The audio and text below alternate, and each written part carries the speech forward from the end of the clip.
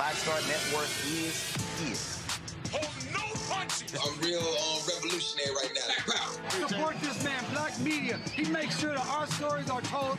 Thank you for being the voice of Black America, Roland. Stay black. I love y'all. All momentum we have now, we have to keep this going The video looks phenomenal. See, there's a difference between Black Star Network and Black-owned media and something like CNN. You can't be black-owned media and be scared. It's time to be smart. Bring your eyeballs home. You dig?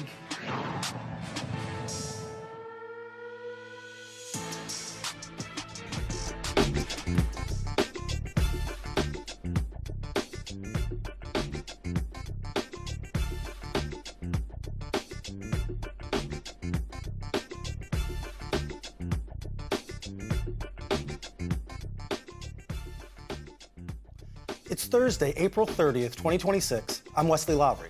Roland will be joining us shortly. Here's what we've got coming up tonight on Roland Martin Unfiltered.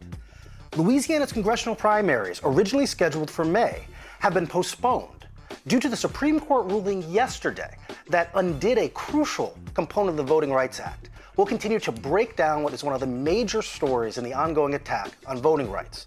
Additionally, Roland will moderate a crucial and important panel in our ongoing coverage of domestic violence and the role of men in domestic violence and femicide. He's down in Shreveport, Louisiana, where that community is still grieving a brutal, horrific murder in which a father killed several of his children and crucially injured their mother. It's time to bring the funk on Roland Martin Unfiltered here on the Black Star Network.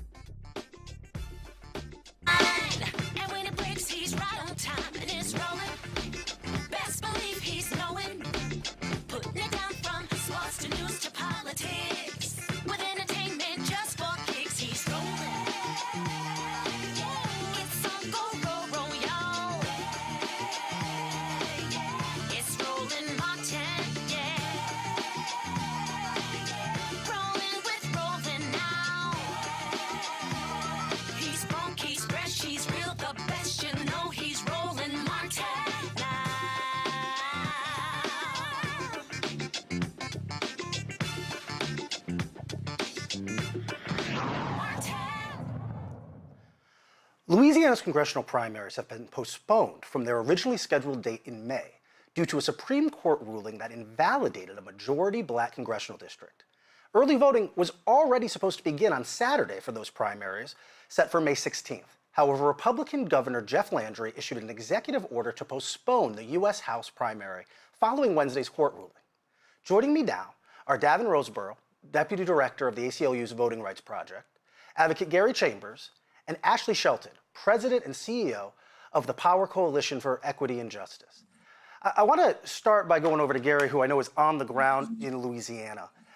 What is the mood and what is the response to this action from the Supreme Court and now this aggressive action from Governor Jeff Landry? We know Louisiana has been ground zero for ongoing fights over enfranchisement and disenfranchisement of Black voters. We know that it has long been one of the key battlegrounds as it relates to equity and justice.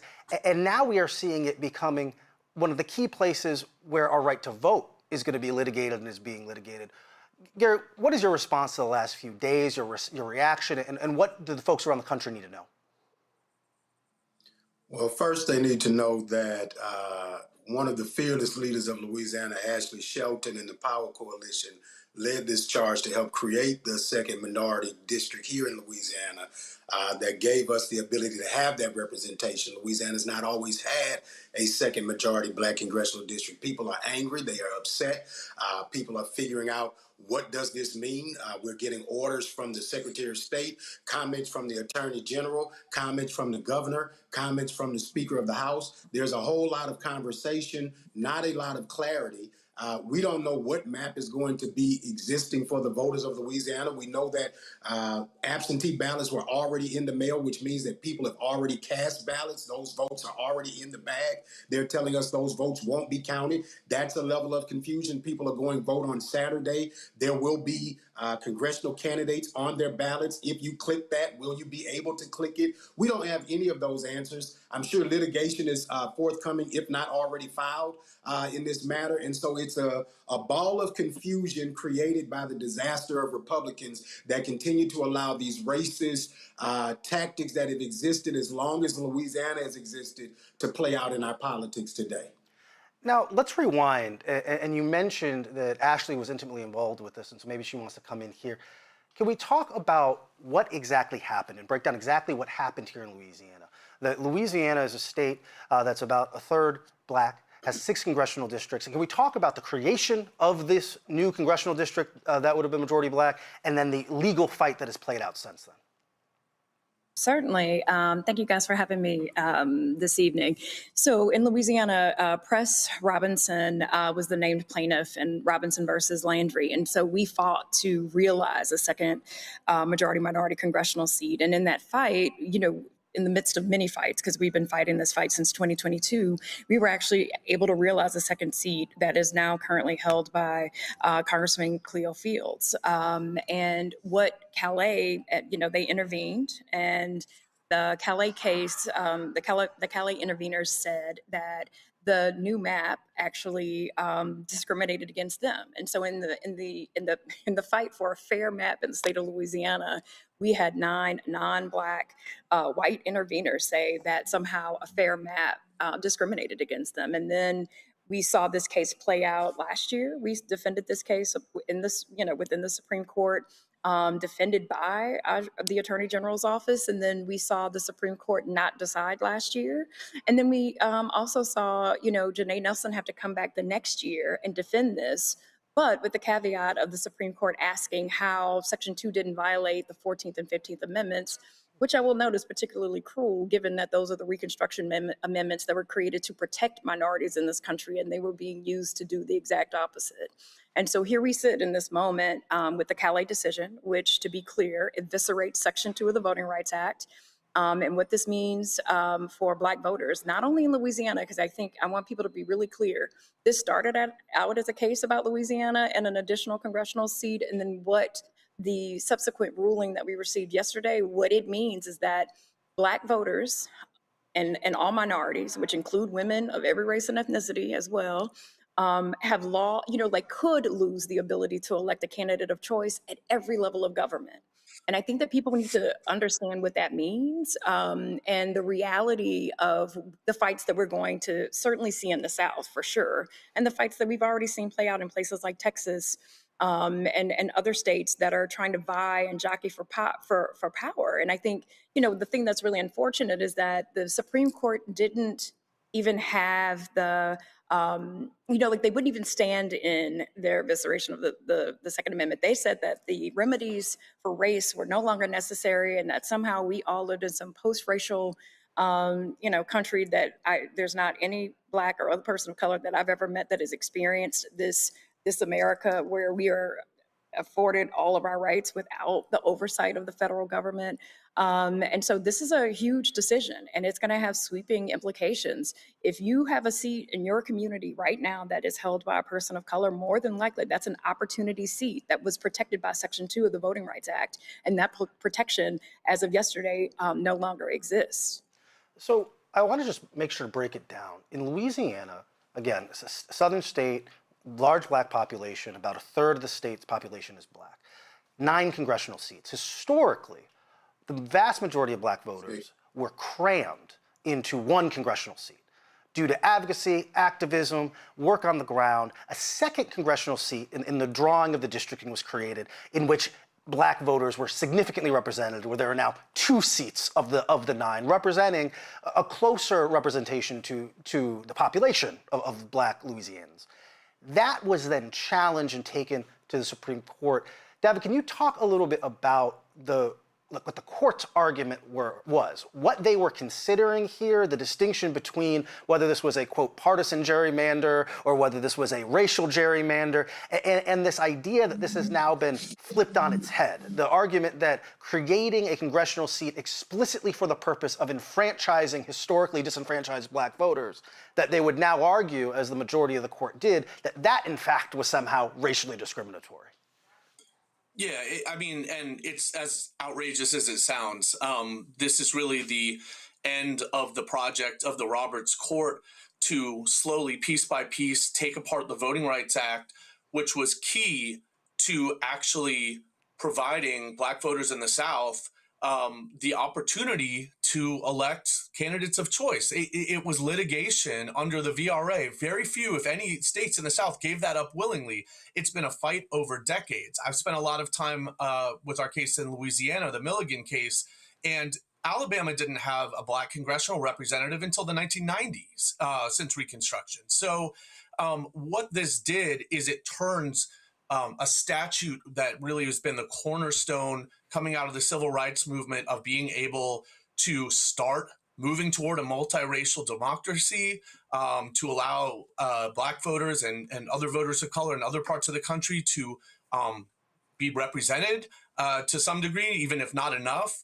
And so this is really, it's really an affront to what Congress intended when they said, we're finally going to start taking the steps we need to have the multiracial democracy that the Reconstruction Amendments promise. And it's a cruel, I wouldn't say irony, I mean, it's really just a cruel statement that they have taken these amendments, which were created with race explicitly in mind, and said, no, this is part of a colorblind constitution.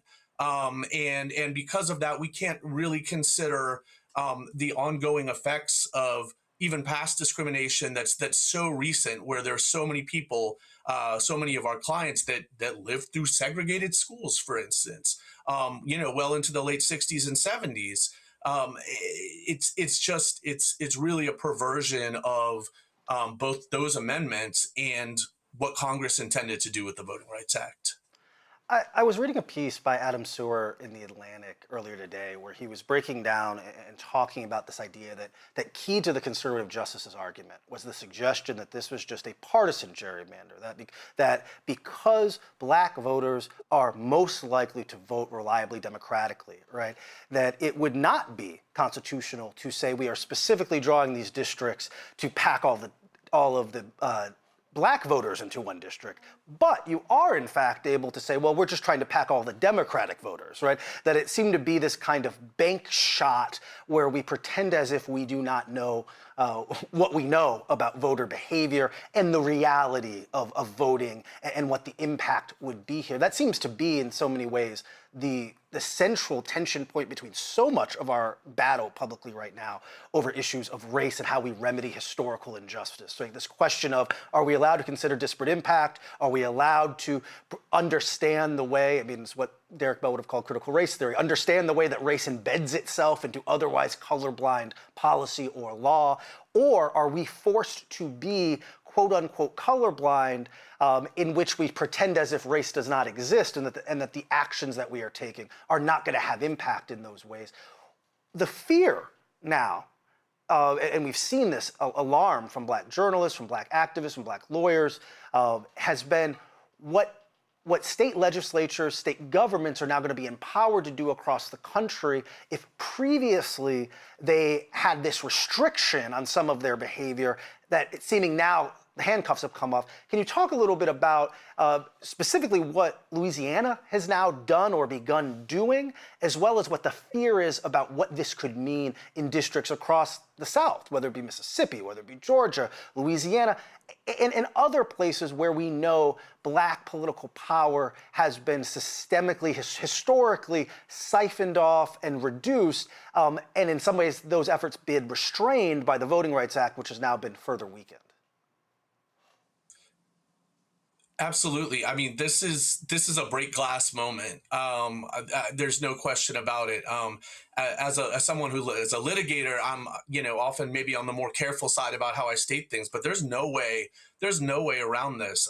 This is the final step in really taking apart the key law that protected the hard-won gains. Literally, fought over blood and people's lives to create the Voting Rights Act.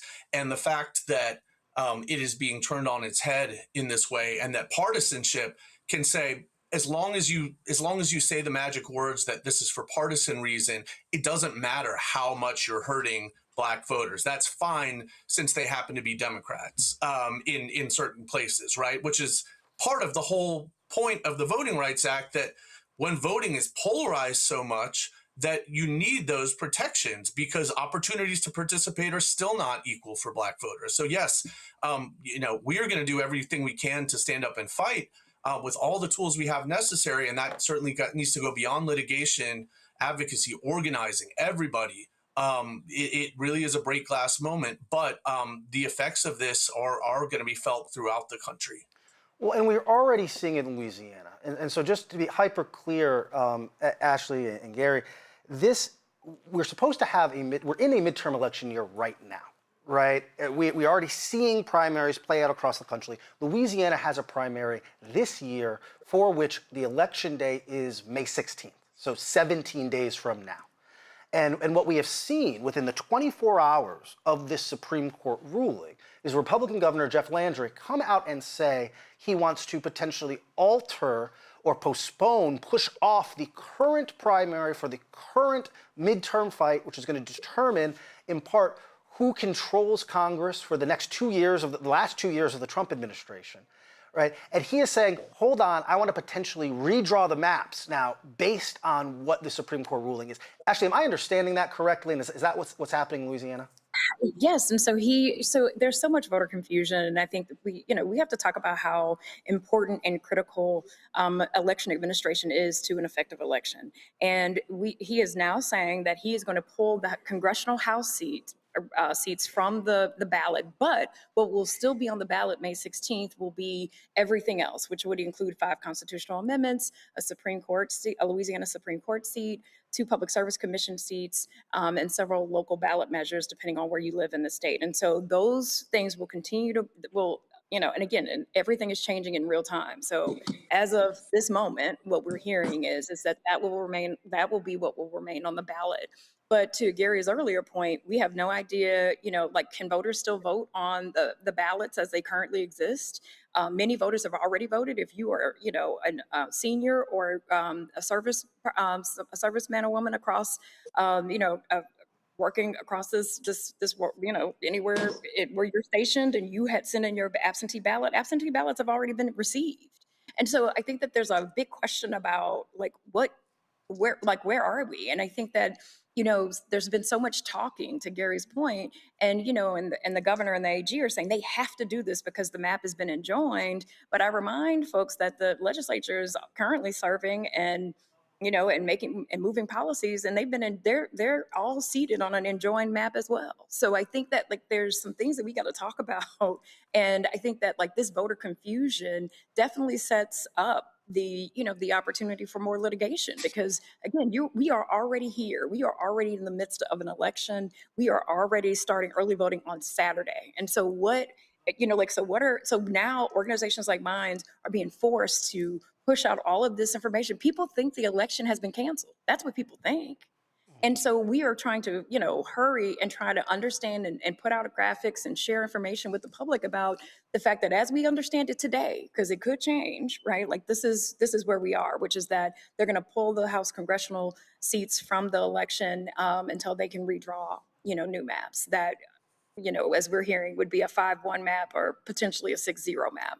I think the thing that's interesting is that, if they do a 6-0 map, there's so many Black people in the state of Louisiana that they actually do themselves harm if the goal is to have, a trifecta of, or to have a complete, a completely white Republican delegation, that they run the risk of, there's so many Black people in our state that somebody's going to lose at some point. And especially if you look at Baton Rouge, New Orleans, Shreveport, Alexandria in the center of the state. At some point, somebody's going to have to reckon with Black voters, in this state, and that you can run and play some games, but ultimately you will be held accountable by these Black voters in our state. Gary, I want to go back to you. We're in this moment, and I think back a few years where we would have all this talk about whether or not we were in a third Reconstruction after Barack Obama was elected, right? There was this feeling, it seems baffling now to think back that far, where we thought, were we entering a post-racial America with something different happening? Now look, viewers here and followers of you understand and know that that's not what happened, right? Roland wrote a book called White Fear. I've written a book called American White Lash. We've seen and talked about the ways that over the course of 50, 60 years, these crucial civil and voting rights that were established, these victories of the civil rights movement have been eroded and pushed back. And yet, even with that understanding, it is pretty remarkable to think about. Even those of us who have seen it coming, who've followed the Roberts courts, who've written about these issues, the idea that we have, in the last 10 years, seen the final two major pillars of the Voting Rights Act essentially undone.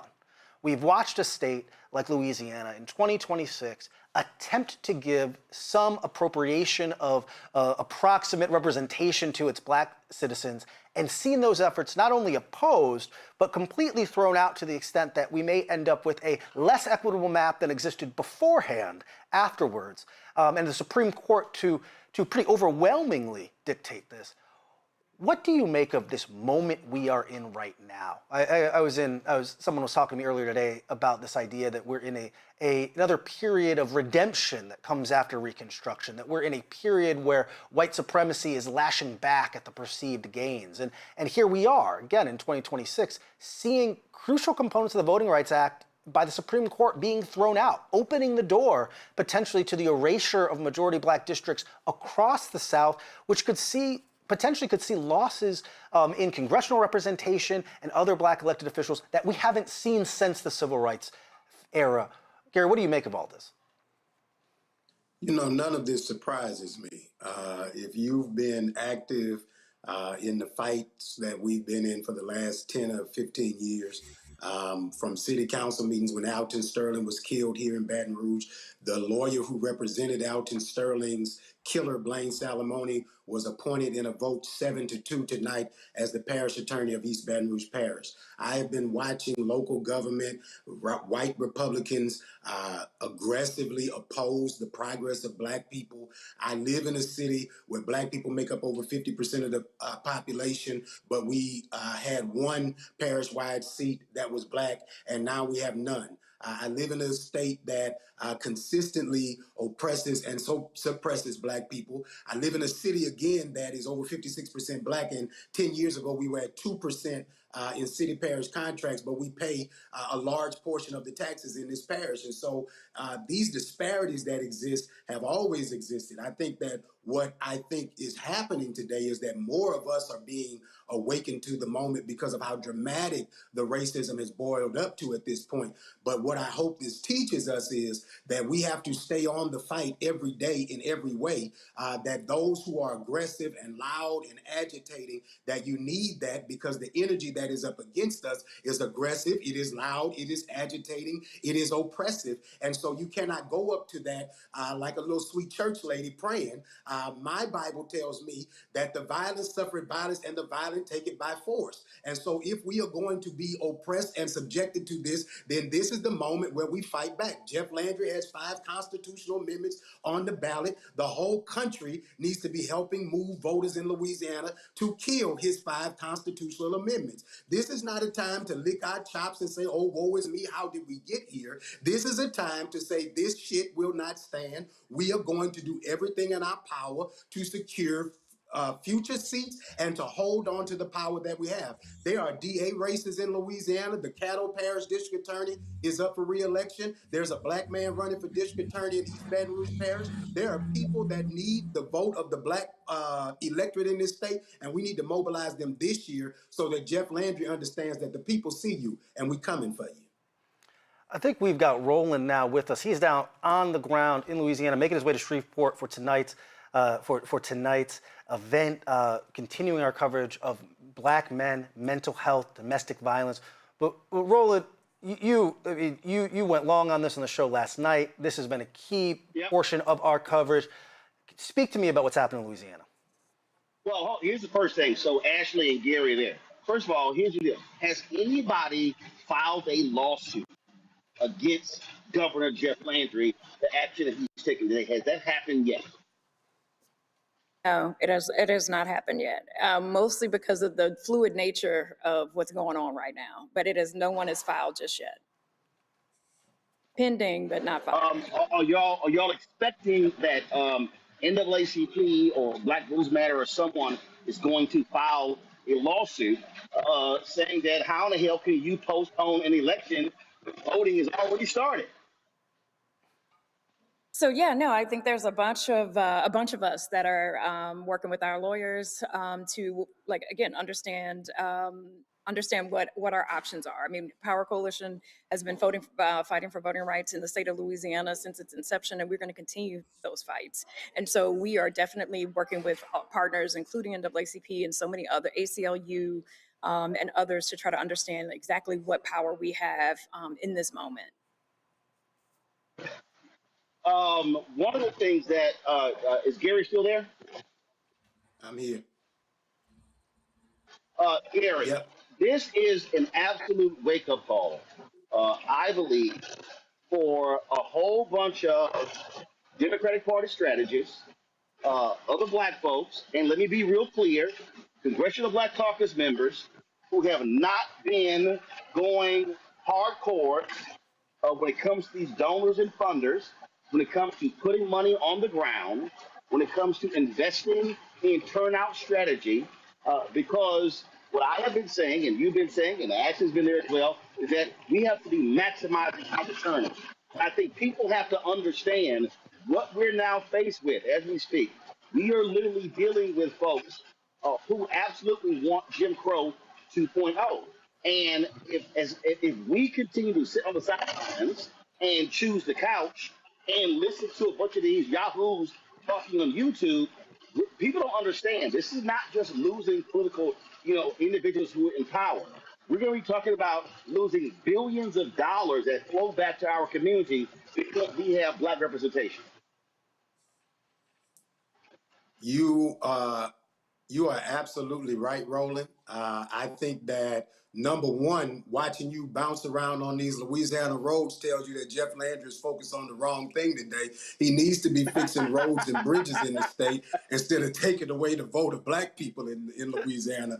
But the reality is, this is the time to invest. This is the time to gear up for the fight. This is the time for us to show the power of black voters in this state. If Jeff wants to fight, we need to give it to him. And so I would encourage members of the CBC, I would encourage the black entertainers, the black sports folks, everybody who gives a damn, to start making your way to the Louisiana legislature. They're still in session between now and June. They're going to, at some point, bring these bad maps. We need to be in their faces, and we need to show people who these racist bigots are. We need to show every one of the people who vote for this, and then we need to have the resources. Power Coalition needs to have the resources. Vote needs to have the resources so that they can send mailers into these people's districts right now in this legislative session, so that they can robocall into their districts right now, so that their voters know that your racist state senator, your racist state representative is down there making an ass of you, and it's eventually going to come to the point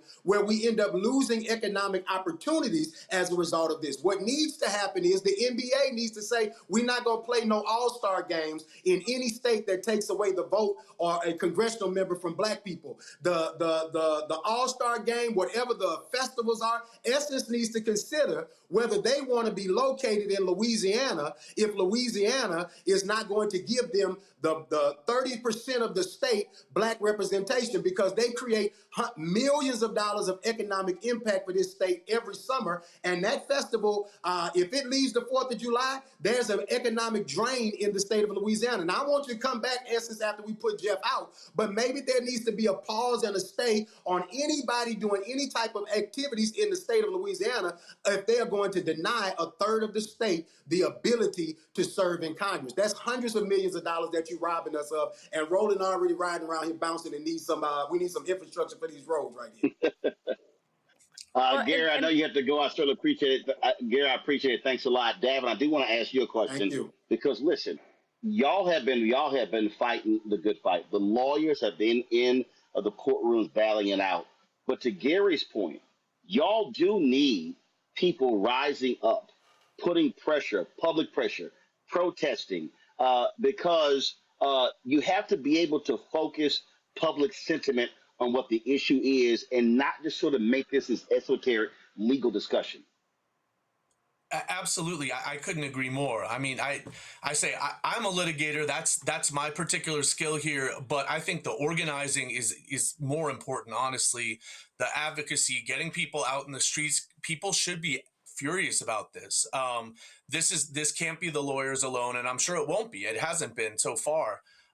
It's absolutely just so important that this be a moment where we push on all the levers: litigation, advocacy, organizing, communications, and speak to what this means to people. As you've been saying, yeah, this affects the people who are making the decisions, who represent our communities, who make the choices about jobs and roads and economic opportunity. And everybody's got to realize they have a stake in it. And this is a do or die moment. This is a really, really important moment. And so, yes, the litigators will be there, but I couldn't agree more.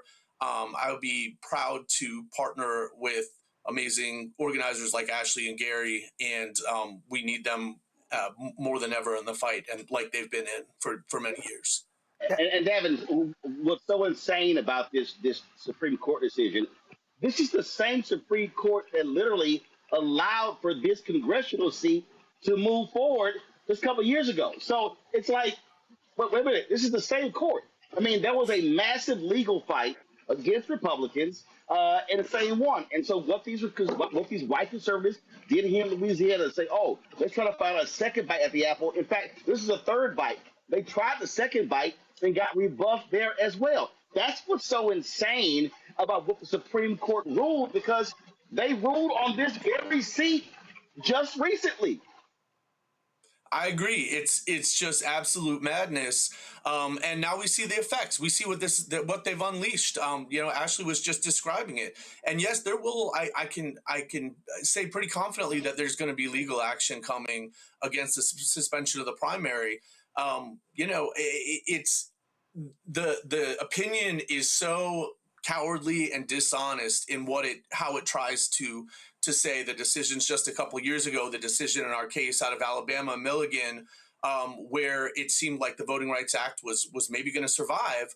And it's just dishonest, the way that they've tried to say, well, no, this we just weren't really presented with the right questions. They reached out and grabbed this opportunity to finally finish their project of taking the consideration of race, of taking the legal tools out of people's hands, and it's an absolute disgrace.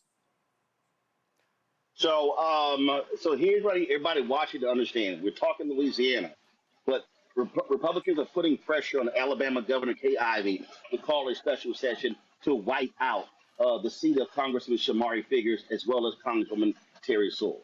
They're putting, you see Tennessee, Senator Marsha Blackburn, who's running for governor of Tennessee, they're putting pressure on them because they want to wipe out the congressional seat that covers the Memphis area. And so I need everybody watching to understand, this is going to target, and listen to me clearly, this is Louisiana, Texas, Mississippi, Alabama, Florida, Arkansas, North Carolina, South Carolina, Tennessee. The old Confederacy is back. This is about crushing Black power. And people have to understand, it is the only reason you have the largest delegation of African Americans in Congress today is because of the 1965 Voting Rights Act. And this is not just going to be Congress. This is going to impact Supreme Court seats across the country. It's going to impact state seats in these same states. It's going to impact county commissioners, city council, school board, water district.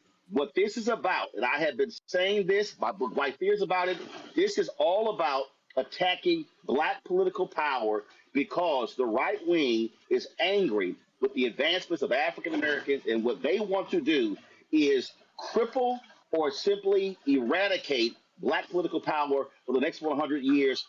Absolutely what they did after Reconstruction, and we are now having to live through it. And so, folks, this is all hands on deck. This is no sitting on the sidelines. If you're in Louisiana, you should be emailing and hitting Ashley right now saying, how can I get involved? Because I'm telling y'all, this is the battle for this generation. No more talking about Fannie Lou Hamer and what they all did.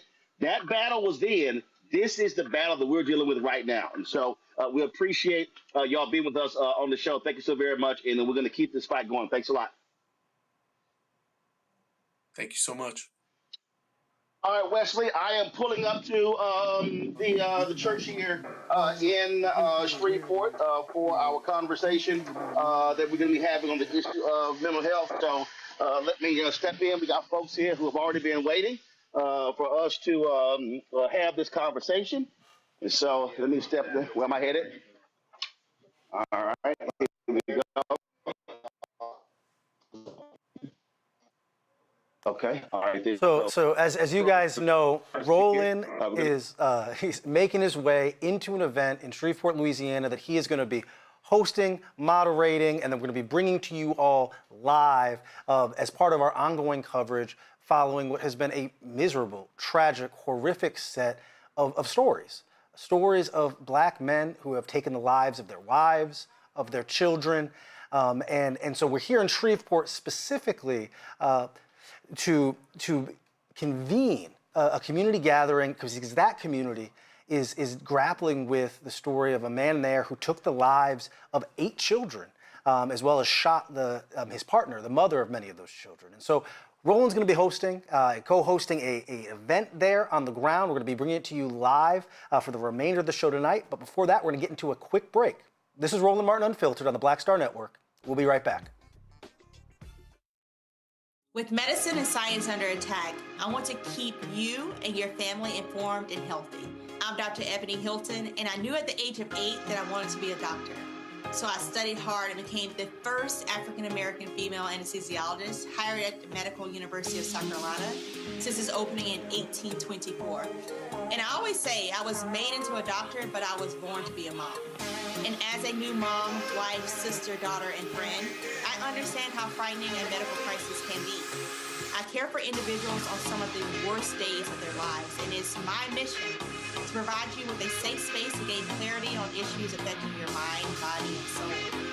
I recognize that there are health disparities, particularly as it pertains to race, and I want to help bridge the gap between you and your healthcare providers. Join me every Thursday for Second Opinion on the Black Star Network, where each week I'll invite experts from various medical fields to share the latest health news.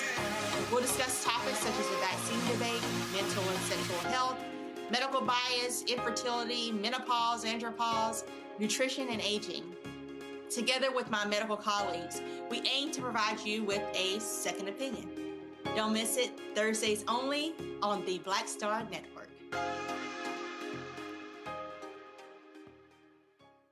I'm Brittany Noble, Midwest-born, HBCU educated with experience in newsrooms across the country. Well, I've teamed up with Roland Martin to bring to you The Breakdown. This isn't just news. It's our stories, our voice, our community. Join me for The Breakdown, Monday through Friday at midday, only on the Black Star Network. What's good, y'all? This is Doug E. Fresh, and you're watching my brother Roland Martin Unfiltered as we go a little something like this. Hit it. It's real.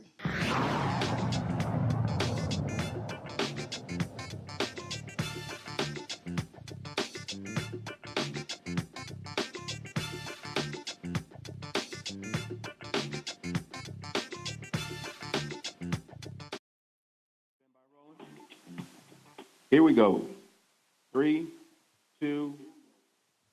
All right, folks, we're here in Shreveport. Glad to be here. How y'all doing? Glad to see everybody here. After the tragic shooting that took place a couple of Sundays ago, Dr. Kevin Washington, who was on our show, said that he wanted to do something here, and I said, well, we'll come down, actually broadcast this event. So it started about 30 minutes ago. And so, Kevin, why don't you introduce the folks who are sitting on the panel here? We're on the air, we're live. Let's go. All right, I want to introduce you all to Shreveport, Roland Martin. Give it up for Brother Roland for agreeing to come to the port city. That's a powerful piece. We have the DA, District Attorney Stewart, is here with us. Give it up for DA Stewart. We have Principal of Woodlawn High School, Brother Grady, G.O. Q Sci-Fi. We have the Shreveport representative, the student coordinator. We have Brother Marvin Muhammad of the Nation of Islam. And we have Derek Henderson, So give it up for Derek Henderson. Oh, wait a minute. We got the chief of the polices in Shreveport. The chief, give it for Dwayne. So that's where we are. We have many other people in this space that have done great and wonderful things. We have educators. We have people who have transformed many of us in this room. With Dr. Hicks, former president of Grambling State University. There's several people in this space, brother. But we want to give it up. Thank you, Roland, for being here.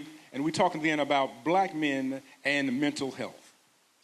This has been, and Kevin, you can stay up. This has been a very, very difficult 3 weeks. And obviously, it's been difficult for this city. No one wants to go national with a story like this. And so just a sense from you, what have been the conversations? What have folks been saying as a result of this absolutely tragic, heinous shooting? 8 kids left dead, 2 women shot. Police, this man who committed the crime, he's dead. What have folks been talking about?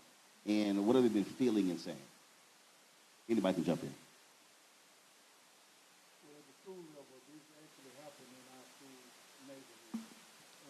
Is that mic on? This happened in our neighborhood of our school and at Woodlawn. And even though none of the kids had made it to Woodlawn yet, I have several students who were related to the victims. And so we've had to give them excuses out of school. We've had to understand, give them work excuses. They don't have to come. And understand where they are emotionally with the tragedy. So it has been real quiet around the school. It has been real eerie, for lack of a better term, not like it has been before. What I was talking about earlier, how we were normalizing things as normal, I think the kids understand this is way not normal. This is not normal at all. So I think this is really taking some of my kids back, and hopefully they understand the magnitude of what had happened. This took place on a Sunday. Did you have folk available for students or your parents on Monday? We did. We reached out to like I said, we have family members that are there. So some of the stakeholders in the school did reach out, and some of the students did go to the schools, elementary schools. So I know for sure they had counselors available with those schools.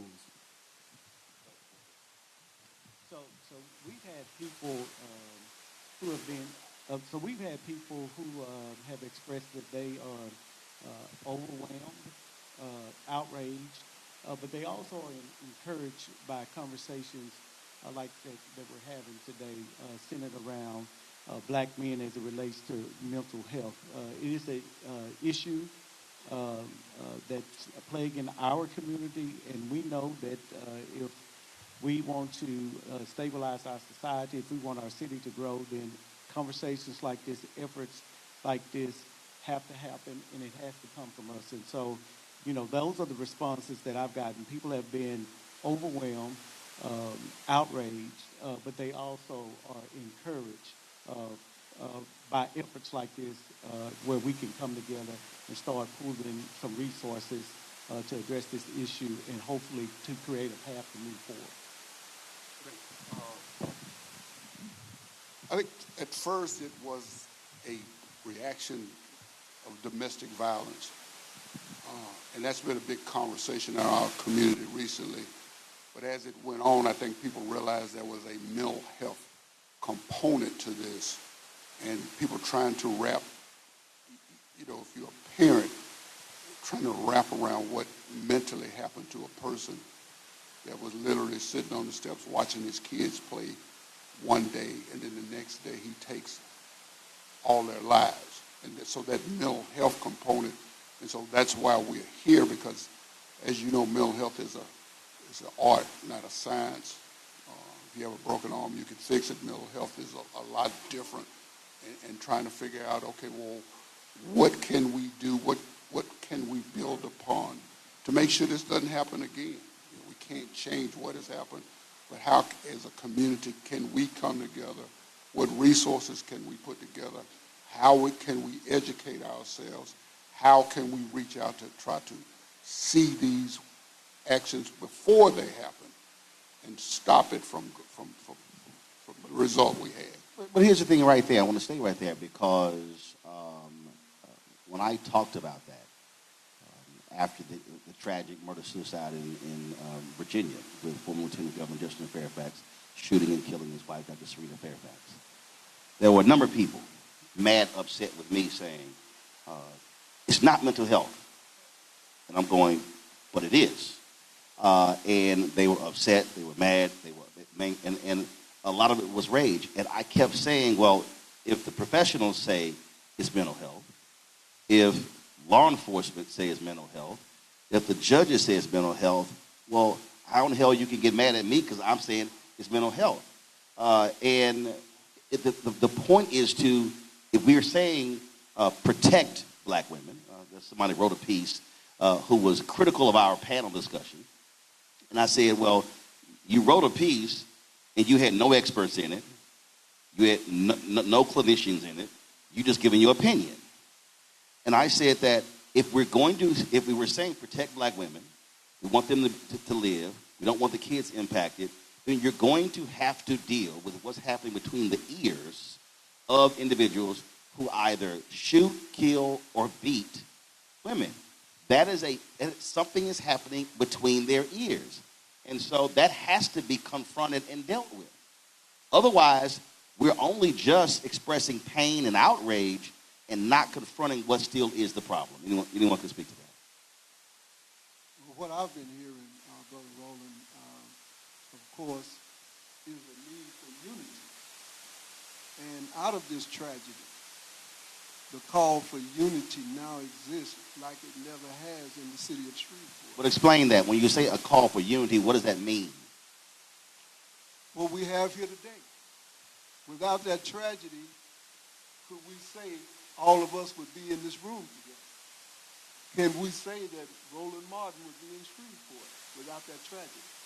So that tragedy has produced the unity that we are now coming together to talk about and try to form. But does the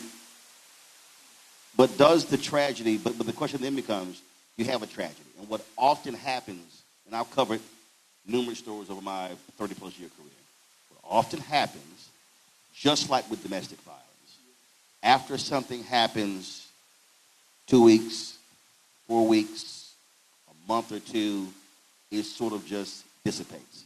So the question is, unity is one thing, but I think what is critically important is how do you build infrastructure in this city, and not just in this city, other places as well, where it's a continuation.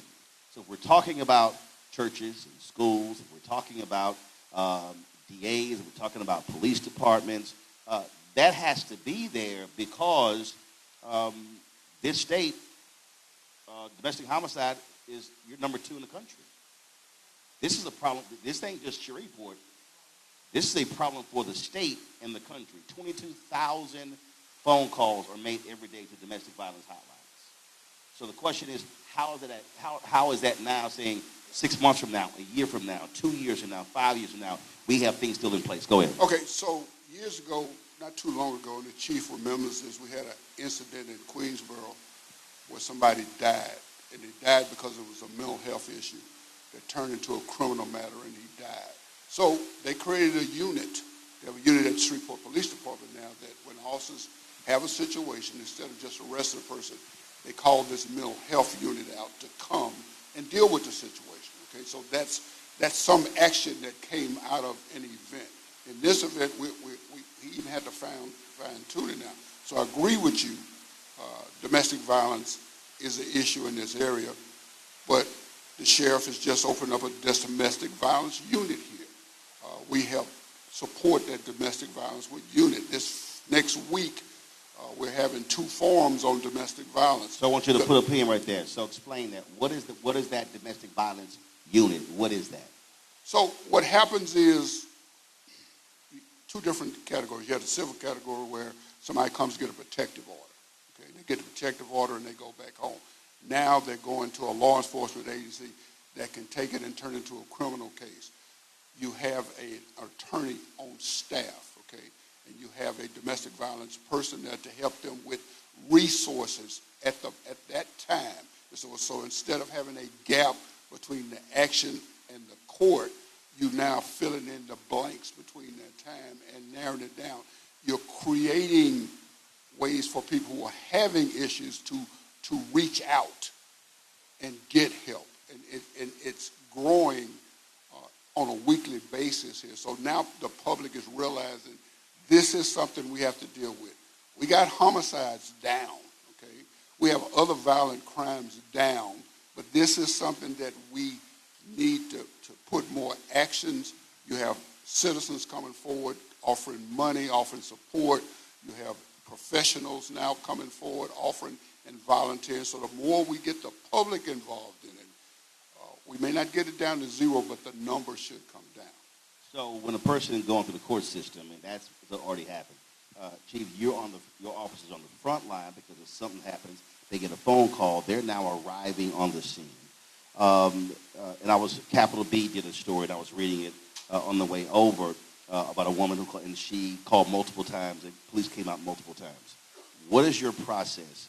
People who don't understand, if someone calls 911, it's a domestic violence situation. What's your protocol in that case? It is a high priority call. Officer will immediately be dispatched, go to the scene, evaluate things, first determine whether anyone has been injured or not and seek the appropriate medical help. Then evaluate the circumstance from there on. And if an arrest needs to be made, if there's signs of violence, then I think it's our protocol to do whatever's necessary to make sure that doesn't continue. And I'm glad that finally we are all coming together because we realize there are many resources out there to help people that people don't know about. And if we can get that to the forefront, I think it helps. But even more importantly than that, and using our mass incident that occurred a few weeks ago as an example, when you talked about mental health, certainly there is a growing need for that in our community. The morning of when this happened, when I arrived on the scene and began to work the crowd, it would just amaze me how many people that I talked to that knew the one who committed this horrible thing, that talked about his mental condition way before that. But what I didn't hear was any action that had taken place prior to then to bring that to someone's attention to get the appropriate help this man needed before he had a total neurological chemical breakdown that caused him to go in the direction that he did. And to go along with that, what I was hearing from the community was many incidents of domestic-related incidents that was a sure sign of things progressing along. I ain't going to say to the point that it got to, but that it was getting worse instead of better. These are things that law enforcement in the community, we that are public servants, don't know about, but there are family members and others that know about it, but don't take action prior to it getting to the catastrophe that it did. We are so proud. We recognized some time ago that every incident is not necessarily an incident that deserves an arrest. That won't fix the problem. So we've partnered and now is able to, when officers go out on the scene and, violence hadn't occurred at that point, and we determined that someone probably had or is having some kind of neurological issue, that we can summon professionals to come to that scene right then and find some other way to try to resolve it other than putting someone in jail. Chief Smith, I appreciate that. Thanks a lot. Kevin, if you could speak to that point. He goes out and people are telling him what different instances, but no one said anything. So part of this, as we're talking about how do we confront this issue of domestic violence, which is why we've had all these conversations, it really requires folk to be, one, paying attention, armed with information, and know how to actually start a conversation. Speak to that because if all these folks heard things and knew things, no one did anything or said anything. So several things happens, right? First of all, we have to recognize that Louisiana not only leads in this idea of IPV, but also leads in capital punishment. It also is also one of the lowest in education, the disconnect. Let's deal with all those factors that creates a condition around which you have somebody becoming violent. Now the other thing, Brother Stewart, is clear is that, I want to say this, all mental health is not good mental health. If it does not fit the population, and you use a good classic example, and the example was that the broken bone therapy is to the soul or spirit what a cast is to a broken bone. And if the person that is putting the particular cast on the body has no knowledge of what the bone looked like prior to its breakage, then the cast will be put on in a manner that would deform the particular body. Same thing then for therapy. Because if a therapist doesn't understand what it means to be who we are, and what happened is that when I was beginning to learn about interpartner violence in my graduate program, and they gave us these particular activities to go through, and they said, listen to what's being said. And it was a black man clearly talking about how he was aggressing against his spouse. And I began to point out what I was hearing was being said there, and he mentioned race and racism in the conversation. And so when I mentioned that, the people that were teaching me discounted what I was saying. And I was clearly saying that part of what's happening here is about race, racism, and oppression that they responded to. They said, no, he's really an aggressive black man, aggressing against, at that time, it was the person in hypothet was a non-black woman. And so my point then is that not only are we talking about the issue of in general, what can we do? But if I report somebody and I did say, go to this therapist, are they going to understand what's happening? Black men are not going to therapy for one reason. One of them is that because they're concerned about, do you understand what's going on with me? Secondarily, do I have access to you? And thirdly, is their understanding of what it means to be who I am. So the community has to do a better job. When we see something, say something. Also, we have to do a better job of making sure that people are trained. That's how you and I met at Texas A&M, the idea of me training in psychology. And one of the problems that I ran into was talking about culture in the context of mental health, which is one of the first programs you and I did together on multiculturalism at Texas A&M. And so I'm suggesting that we just can't say report somebody to mental health, but to the services. We have to be able to also say that is a service commensurate with the population that we engage in. Does it meet their needs? And I'm very clear that, again, all therapy ain't, abundantly correct, good therapy. If you don't understand what's happening with me. So we have to do a better job of training individuals, Brother Stewart, Brother Smith, in this space of how to deliver culturally competent services. Secondly, we have to be able to understand what does it mean to have these patterns of behavior that exist.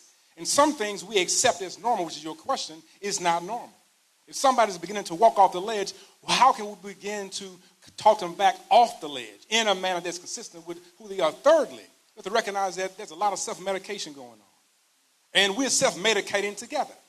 Don't understand that self-medication is problematic. If you are mixing a particular drug that's designed to help you with stress or ADHD, and you combine that with marijuana, you are now rewiring the brain in a manner that is making you go into a volatile position, and you already were fragile. Let me be clear.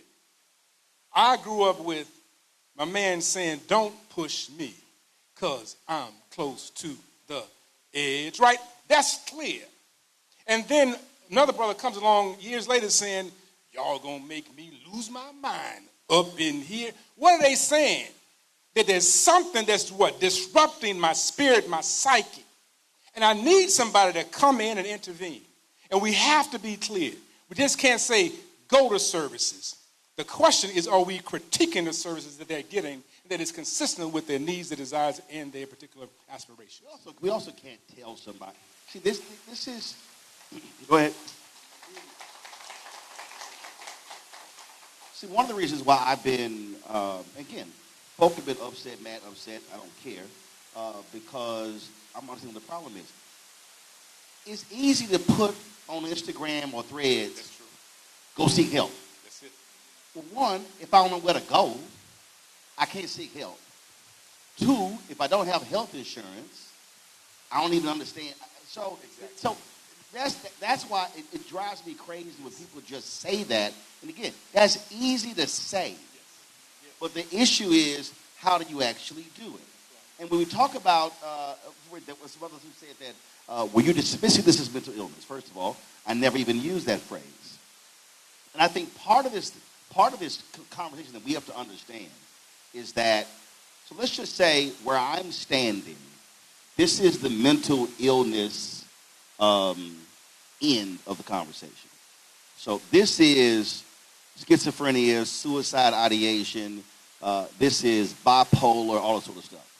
Your end, Kevin, your end is anxiety, stress, and all of that. Well, in order, you got to go, that end, I call that the mental health end. This is the mental illness end. But it's all on the mental health spectrum. And so people are going, you're making excuses. No, you have to acknowledge that if there's an individual who has an anger problem, why does he have an anger problem?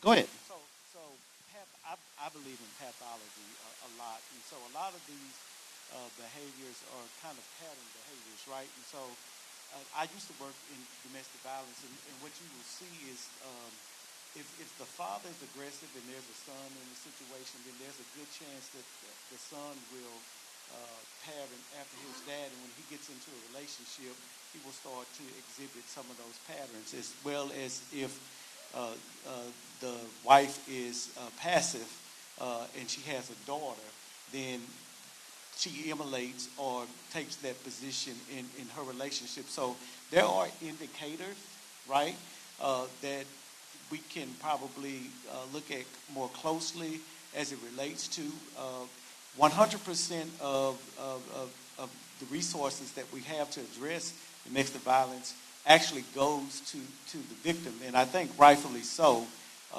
But when I worked in domestic violence in this area, you know, the perpetrators look like me, right? And right, and see that has always been, and I've said this, you know, when I was seeing and when Chris Brown attacked Rihanna, I was filling in for Campbell Brown. In every conversation, there were women on the air that were talking about protect the woman, get her to safety, know how to lead, and I agree with all of that. But when I decided to host, I said I want an all-male panel. You thought I had asked the craziest thing in the world. And I literally said, if men are committing 96% of domestic violence cases, at some point, we're going to have to talk about what is going on with men. And folk were fighting me on that. Folk were fighting me in this case here. And I said, y'all, you can't tell me y'all need to protect black women if I do not confront what's happening with men. There's no way around that. So the point that you just raised, I want to ask you in school. So you're in school. How are you, as you're looking at students, how do you look at when you see a second or third grader who has anger outbursts on the playground or in the classroom? How do you handle that? Because you can track that behavior in second and third grade, to 5th, 6th, 9th, 10th, and it ends up being what you're talking about, what happens when they graduate from high school and now when they're in a relationship, because we are seeing higher incidents of domestic violence among girls, elementary school through high school. That's a fact. So I did used to work in elementary school, and that is true. You can track those behaviors. Now in the high school, even today, we all, a majority of us in here were raised, don't hit women, right? That's what you raised from knee high all the way up. It's amazing to me now to see young men, what they call square up, put up their set against a girl.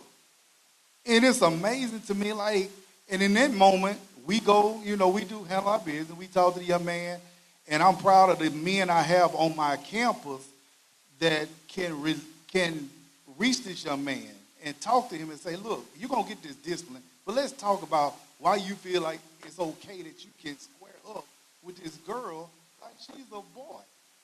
Something is not happening, and I have to talk to my teachers because they get frustrated because what we say, that should be taught where? At home. Well, look, guys, we're in a position now, we can't wait to that. We got to address this here on campus. So when that happens, and the men of your campus talk to them, what's next? What happens next? So, I say that's the gap. right. So, and that's something that we are working on, and it's here and now in the real time, that we are working with community partners that come and, because we're not equipped, we're educators. Like, Right. we go to school for education. Right. So we have to be cognizant that we can't do this work by ourselves. We have to reach out to a community partner, wraparound services. We can bring professionals. Hey, mama, I don't know what's going on, but little Johnny trying to fight this young lady. But here's why I say what's next. Because this is where I need our people to understand where voting and politics connects with funding and resources, because school boards need to allocate the resources in the schools for you to deal with that. So when people tell me, you always talking about voting, I'm like, yes, because that is a distribution method of resources. And so I want people to understand, police chief, somebody calls, that's public. That's public dollars. The officers. If somebody files, the DA, that's public. If they go to jail or you pick a diversion program, that's public. If they go to the state prison, that's still public. So what I'm saying to our people, what we need from you is to say, this is what I need in my school. Y'all then have to roll up on the school board and say, principal needs this. Y'all should be allocating resources to deal with mental health, elementary school, junior high, high school. And so that's how, to me, how all this is connected. And so community is one thing, but we can't leave out all of these different pieces. And I think a lot of times we try to have this conversation, well what can the church do? No, church has a role. Community groups have a role. That's right. Black male groups have a role. Right. Everybody has a role, but we can't leave out also where the resources are. That also that can give you what you need and deal with the problem then. Because having a quick conversation with a young brother, clearly that's something going on that's far deeper than just they're fighting on the playground. Right. And I think that's part of our problem, is that we're having short, finite, quick, in the moment discussions to deal with far deeper problems that manifest themselves later on. That's right. So we enjoy actually dealing with the symptoms due to the thing. We buy medication in the box, it says for the symptom due to the common cold. We don't want to deal with the problem.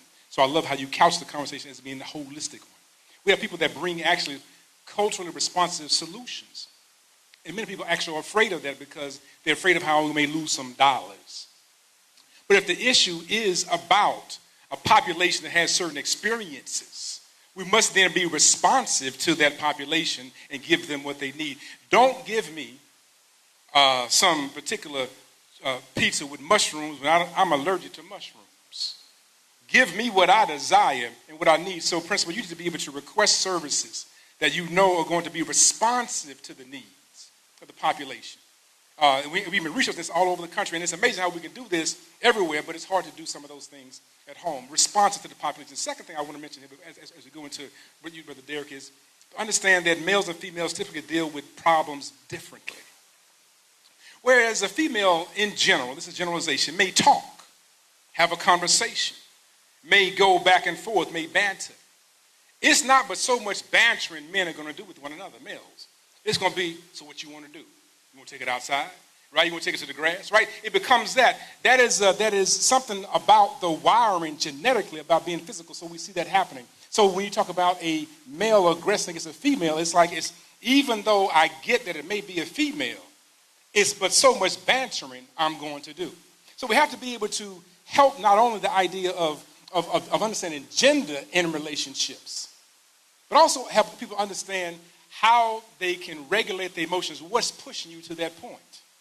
And if we don't teach that from our perspective, because we get these wonderful models, I get them, well, just say no, right? Just if you just do this, right? That is not going to resolve what's happening, because not only is it about my emotions, but it's about the things that I have to encounter. I have to encounter a person who may be in a household who is underemployed. He comes in angry and upset. Have to deal with the issue of the fact that though as a black male I bring home $1, that dollar is about 70% of the whole dollar, whereas a white man brings home the entire 100% of that dollar. I got to deal with the dynamics around the issue of I can't get a FICO score to move in any direction positive, right? I have to deal with all these things are compounded. And so when you have a child coming out of that frustration and they come into your space, yeah, everybody is game. So we have to be clear then about this process of how do we help one to regulate. It is to be clear about the terrain. And what was mentioned earlier on by Brother Roland was what was powerful about the issue of racial socialization. That we know that two things happen, that when a child has racial socialization, that is that they're aware of the dynamics of racism and oppression in their space, in what's called America, they tend to perform better academically. Somehow we want to move away from the race conversation. No, that's clear. Secondly, we got to deal with the issue of how it impacts how individuals perform on jobs, because they're very clear about how they navigate in certain spaces. And the third thing is that it tends to promote greater marital satisfaction, just simply by knowing the terrain on which you are operating. Our services must have infused within them this knowledge of what it means to be and to become human from a perspective that respects our experience, our condition, and our aspirations. So I was going to speak, make a comment earlier. Shreveport is not unlike other places where, we have some of the best and most talented people at all levels, but we do have our challenges with efficacy, and that's because we're plagued with identity politics, to be honest with you. And so, we have a lot of people from my perspective. When you say plagued with identity politics, what does that mean? So, I have a family last name. My mama did it, my daddy did it. And so, because we represented this area forever, then, we go and we reelect these people. But when you look at the results that they bring to the community, it's dismal, right? And so we have to decide collectively what it is that we want.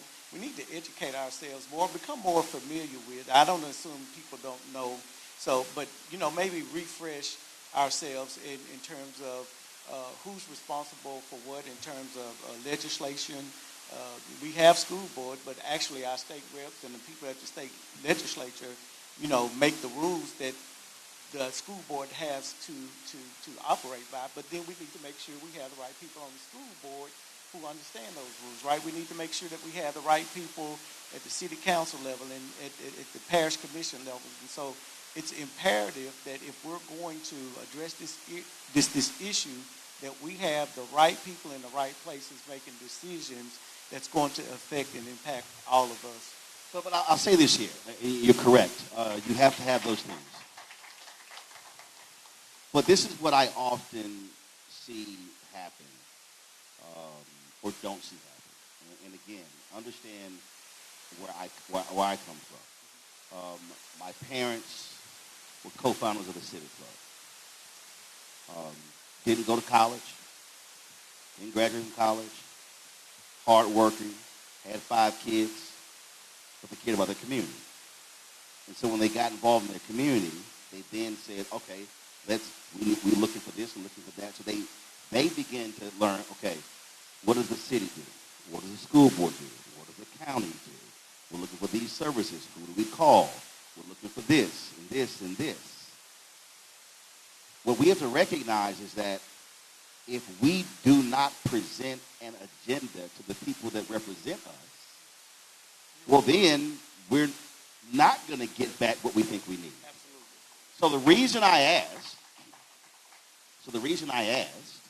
what do you have and you don't have? See, that's how my brain is sort of just wired that way. You know, when these tragedies happen, folks are like, well, you only responded because of your fraternity brother. I'm like, no. It was a tragic situation. I could not bring her back. I could not bring him back. I could not talk to him. The case in Florida with the vice mayor and her husband could not. I said, so I can't do anything in all these situations. But the question is, what can I do? So I think where we have to be as communities, okay, what can I do? You cannot bring those 8 kids back. Those 2 women are going to have to deal with the trauma of this shooting the rest of their lives. The question then becomes, how can I do all I can to keep the next one from happening? Which now means, if the assessment is these are the gaps in our schools, then we get with the professionals who get with the school folks who then say, what is that you need? And the community then comes back to the school board and say, we need an allocation of $12 million, $15 million, $20 million to hire 30, 60, 50 people, whatever the number is. And here are the numbers. Here's the problem. This is the issue with the state. Number 2 in domestic homicides, laying the whole thing out. So if you don't confront this on the front end, you're going to always confront on the back end. Now, when that happens, it's now community's job to put pressure on the electeds to do their job. And then if they then don't follow through, you then say, well, then we're going to take y'all out at the next election. It's not enough to go to the school board and yell, y'all got to fix this. There has to be a community-driven plan of action to the school board, to the city council, to the state reps, state senators, and the governor. And so I don't care if he's MAGA, you're still constituents. So a community-driven plan has to also be a part of this. Yes. Also, we must be inclusive of programs that we know work. You know, the Honorable Minister Louis Farrakhan teaches us, he said that a child does what is natural until it learns what is normal. What is normal in society? So once we learn what is normal, then the child conducts itself to the norms of the society. He also teaches us, he said that the black man is righteous by nature, but he's been made other than righteous by circumstance. He said that if you change the circumstance, the black man will return to his nature, which is uprightness. So we saw the paradigm shift in full effect when the Honorable Minister Louis Farrakhan called for a 1 million-man march. And nearly 2 million of us showed up on that mall. Many of them were gang members, enemies of each other, that swore on that day to put down the guns, to not take another life, to not make another black mother cry. So we've seen the transformation. So we want to just include the Nation of Islam in the conversation of transforming our communities. Take the best of everything that we've discussed today, but don't leave out a big part of what you see working. We're in a process of evolving our people from one stage of development to another. We're going to hold tight 1 second. I'm going to take a break. There's a hissing in the microphone, so we can get that fixed. So let's go to a break. We'll be right back. Roland Martin Unfiltered on the Black Star Network, live here from Shreveport. We'll be back in a moment.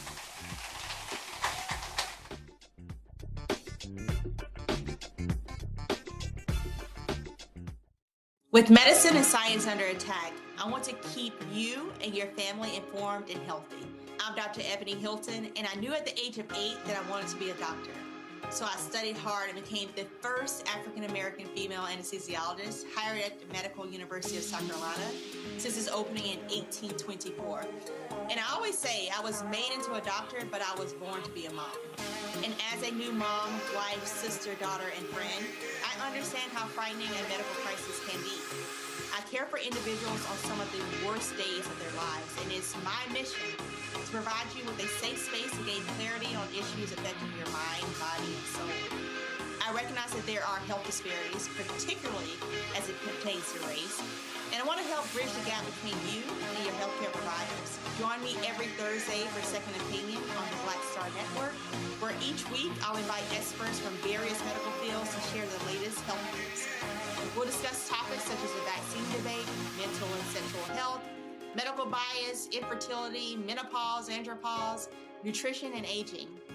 Together with my medical colleagues, we aim to provide you with a second opinion. Don't miss it, Thursdays only on the Black Star Network.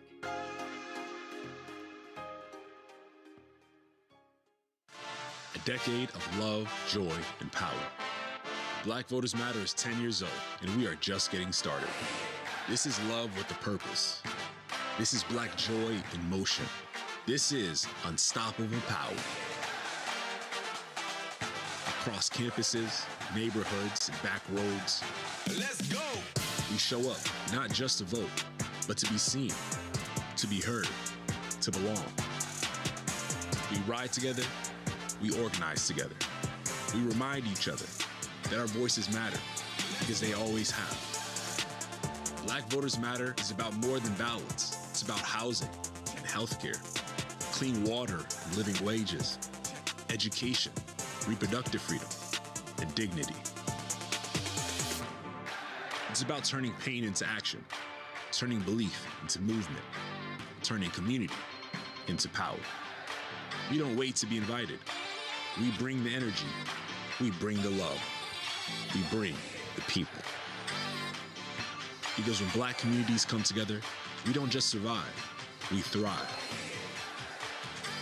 This is how change happens. This is how history moves.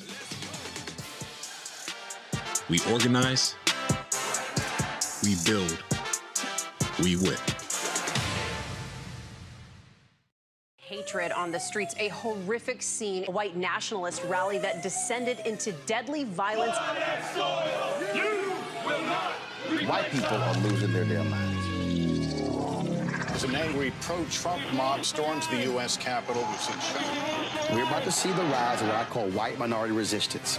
We have seen white folks in this country who simply cannot tolerate Black folks voting. I think what we're seeing is the inevitable result of violent denial. This is part of American history. Every time that people of color have made progress, whether real or symbolic, there has been what Carol Anderson at Emory University calls white rage as a backlash. This is the rise of the Proud Boys and the Boogaloo Boys. America, there's going to be more of this. Here's all the Proud Boys, guys. This country is getting increasingly racist in its behaviors and its attitudes because of the fear of white people. The fear that they're taking our jobs, they're taking our resources, they're taking our women. This is white fear.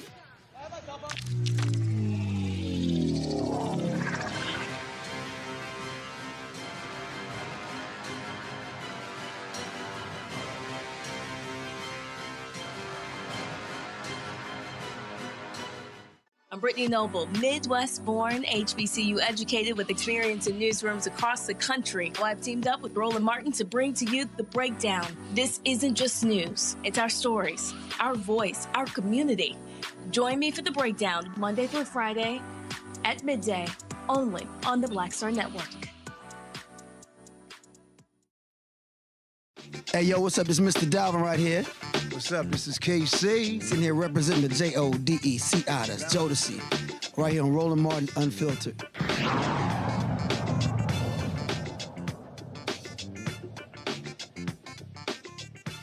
Program.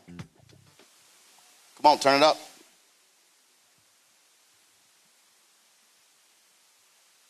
All right, folks, we're back here in Shreveport. Glad to be here. Go ahead. And the panelists, Dads on Duty. Tell folks your name and what do y'all do? Craig Lee, co-founder of Dads on Duty. And ironically, 5 years ago, Roland helped to promote our program once we launched at Southwood High School to respond to the gang violence at Southwood. And we're happy to promote the news that 5 years later, that is not an issue. We've had 3 good principals since 2021. And at this stage in the ball game, what we can report is that when you bring positive male role models into a school, especially at the high school level, but if we start at elementary and junior high and high school, you can now start to change the direction of the thinking, the behavior, the conduct, and the actions of young people in any particular school district. So how do you see, regarding this issue of domestic violence, the role that y'all can play in reaching these young brothers in the early stage? It's a very important role, Roland, because I'll give you a prime example. There was a program, and Woodlawn has this program as well, called JAG, Jobs for America's Graduates. They actually have the best program in the city along with Huntington. But in that program, it allows individuals like myself, our chairperson, Mike Morgan, who is a very effective city worker, to come into the school, engage young people in real conversations about life. Because a lot of times the children don't get these conversations from individuals who are not outside of their household. So when you can engage them in real dialogue and they begin to trust you, they now begin to confide in you a variety of different things about relationships. We were able to stop 3 murders back in 2021 based on the fact that we had connected with these children, and so we gathered intel. And when we gather the intel, then we can report that back to the principal. The principal then reports that information to law enforcement, and now you have that active engagement. Look, you look around this room. Everyone is older. And if we're talking about how do we have an impact on, let's say, 5 to 25, the question then, who are the folks who you're also engaging with in this city where you have peer-to-peer discussions, peer-to-peer conversations? How do you envision reaching and teaching and training these young brothers to deal with their fellow young brothers when it comes to violence, domestic violence, being able to control emotions? And is there any group who's doing a great job of that in the city right now that can be replicated? Well, I think if you look at the fraternities and some of the mentoring programs that we have, such as the Kappa League and the Lamplighters and the Alpha Esquires, I think that's where it started. I happen to be president of my chapter when we reinstituted the Kappa League in the city. Oh, yeah, that's cute little youth group. Yeah. But one of the things that we wanted to do, is we wanted to make sure that we had a good mixture of young men who we were working with. There definitely was some young men who came from situations where they had to support. Maybe their family had the financial background, but then there were some young men who didn't, and we wanted to make sure that we had a good mix. And then we wanted to make sure that our program met the needs of what they were doing. At the time, the Top Ladies of Distinction they had the botillion for the boys, and the women would always come to me and say, Mr. Henderson, that's good, but we really want some men to pour in to our boys, and what kind of programs are there to support our boys and where it can come from there, because the mothers are doing it by themselves, right? And so we thought it was prudent that we do that. So I think that that's a place to start. I think, foreign partnerships. One thing I say to churches is that, you don't have to invent the wheel. There are nonprofits, there are organizations out there. The Boy Scouts of America is a great program for young men. And if you have that at your church, it's structured. You can measure it. It's rewarding. There's training involved. And so you don't have to invent the wheel, but you just need to know where the resources are and then form partnerships with the people that are subject matter experts and to help you in that resolve. But I'm going to go ahead and say this, and I got no problem with saying it, but let's just be real. The programs that you're talking about, I've spoken to the others around the country. Those are speaking to a certain group of young brothers. And the reality is there are so many other young brothers who are not being reached, not being talked to.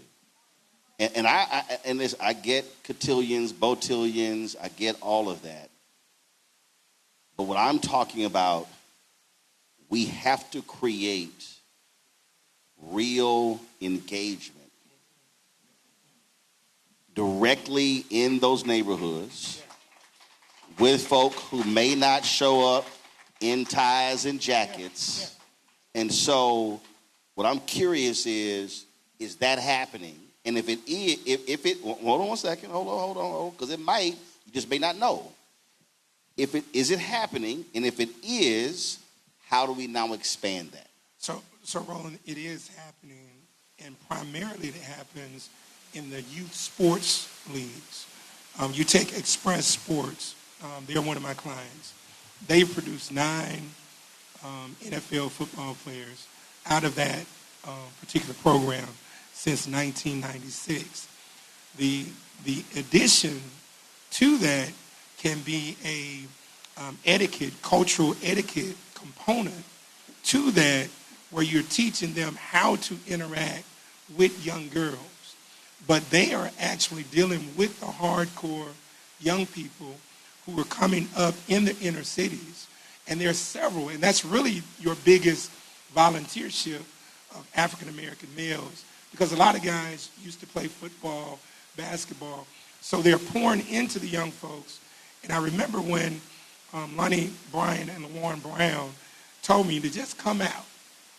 And parents actually, especially mothers, they support their children. And this is an active engagement, but with a little tweaking, kind of like to what Kevin is talking about, the culturally relevant component that deals with etiquette, how you talk to young ladies, how you approach them, these particular things, that can then help. Turn your phone off, Kappa. But that could happen tremendously. But what we try to encourage, whether it be the Divine Nine or the Masonic Order, come into the school, because a lot of people are not going to go into the habitat of these young people. They're not going to do it and deal with the gang warfare. The safest place to deal with them is in the school. Right, but the reason just follow me here, why I'm going down this line, because just literally how the panel is set up. If we're talking about domestic violence, and we're talking about violence, what we're trying to do is we're trying to keep them from coming to him. Exactly. But before they go to him, they're going to go to him. Exactly. So what I'm trying to understand is, what are we creating that's here this direction, which means if we're talking about, when I think about anti-violence, anti-gang initiatives in Chicago and other places, where they have former gang members who have created organizations that do that, then what is the missing piece? Is that missing piece creating something of peers, of young men, Chief, you can jump in and speak to this, that then they are going in those places. They are having those discussions where they are, because I think what often happens is we want to be comfortable with the conversation. So y'all come over here and they're not going to come. I'm saying we have to be creating initiatives right where they are, dealing with what they're going through. I'm glad you brought that up. One of the things, to your point, we had probably about 15 guys who had spent 20 plus years in Angola, and they joined dads on duty. But the issue we faced was getting them into the school based on the regulations, because the school tries to say, if you're a convicted felon, Hold on. That's my whole point. Yeah.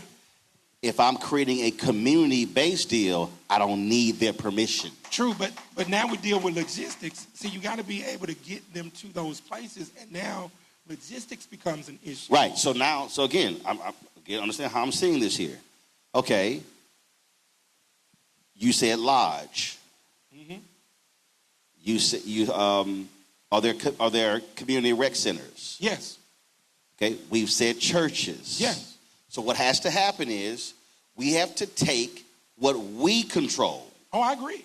And say, these are going to be our centers to have the conversations. So if y'all are limiting these folks from coming in, gotcha, ain't no problem. We're going to do it over here.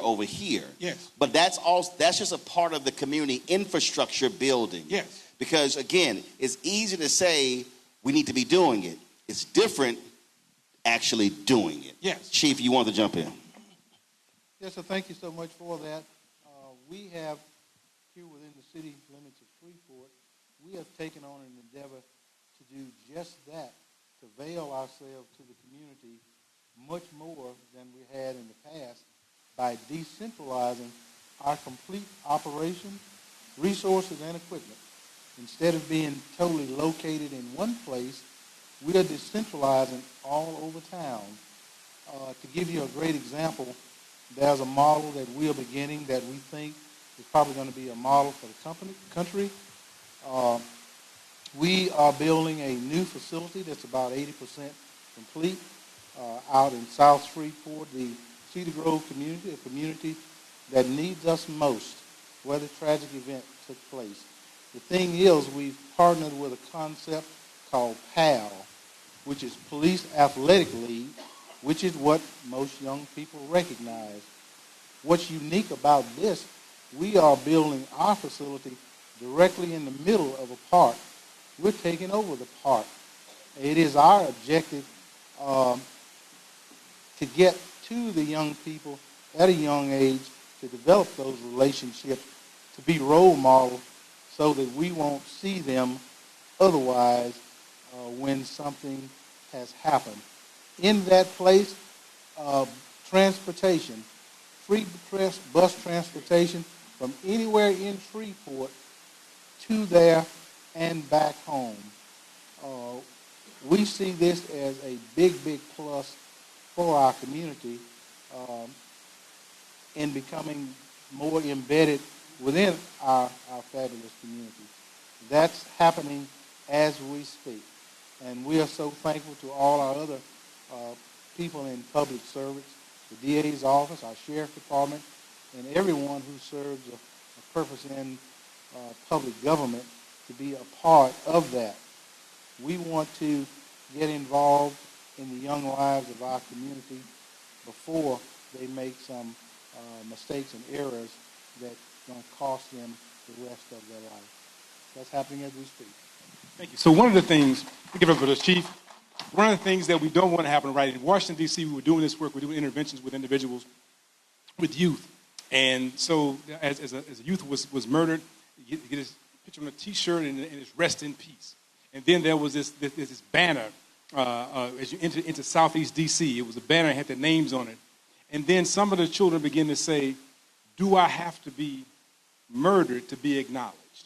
So we have to watch out also that we don't just simply show up when there is in a place that that seems to have the greatest amount of need, because let me say it like this. The place that is good for the harvest is not always good for the planting. So we have to be clear that though a desert may need greenery, there's a place that you begin to plant. And I think that there should be planting all over the space, right? And not simply going to places just because there's a need. And what Brother Roland said is very critical in the spaces that we control. We don't have to go to the school system. However, children are showing up at the schools because school is compulsory. However, we need to also have spaces that we control where we are controlling not only the location, but the content, the information, the process of transformation, right? And that's a gradual process. So we want to, and here's a hurtful part about it.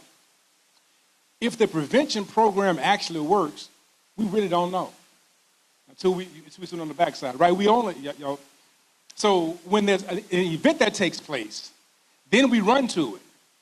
But if you prevented it from happening, you really don't know that it was prevented because it didn't happen until you see the numbers that Brother Roland is saying on the backside. Is there a decrease in homicide? Is there a decrease in IPV? Is there an increase in other behaviors such as a proper school behavior, right? That's critical. But we don't want to attend only when it's negative. We want to control the space. We want to be able to put pressure on the populace to be able to say that we make the change, and we don't wait for the change to happen. We make the change happen. All right, so we're going to do, we're going to take some of your questions. We're not going to do the line stuff, so here's what's going to happen. One on this side over here, I need one person who has a question to stand over here with Kevin. One person on this side, you have a question over here. Then after those two ask a question, then the next two folk can walk up. So we have some ground rules. First of all, we don't need you touching the microphone. We got it, okay? Keep your hands in your pockets. Assume the position. Do not touch the microphone. 2, there are questions.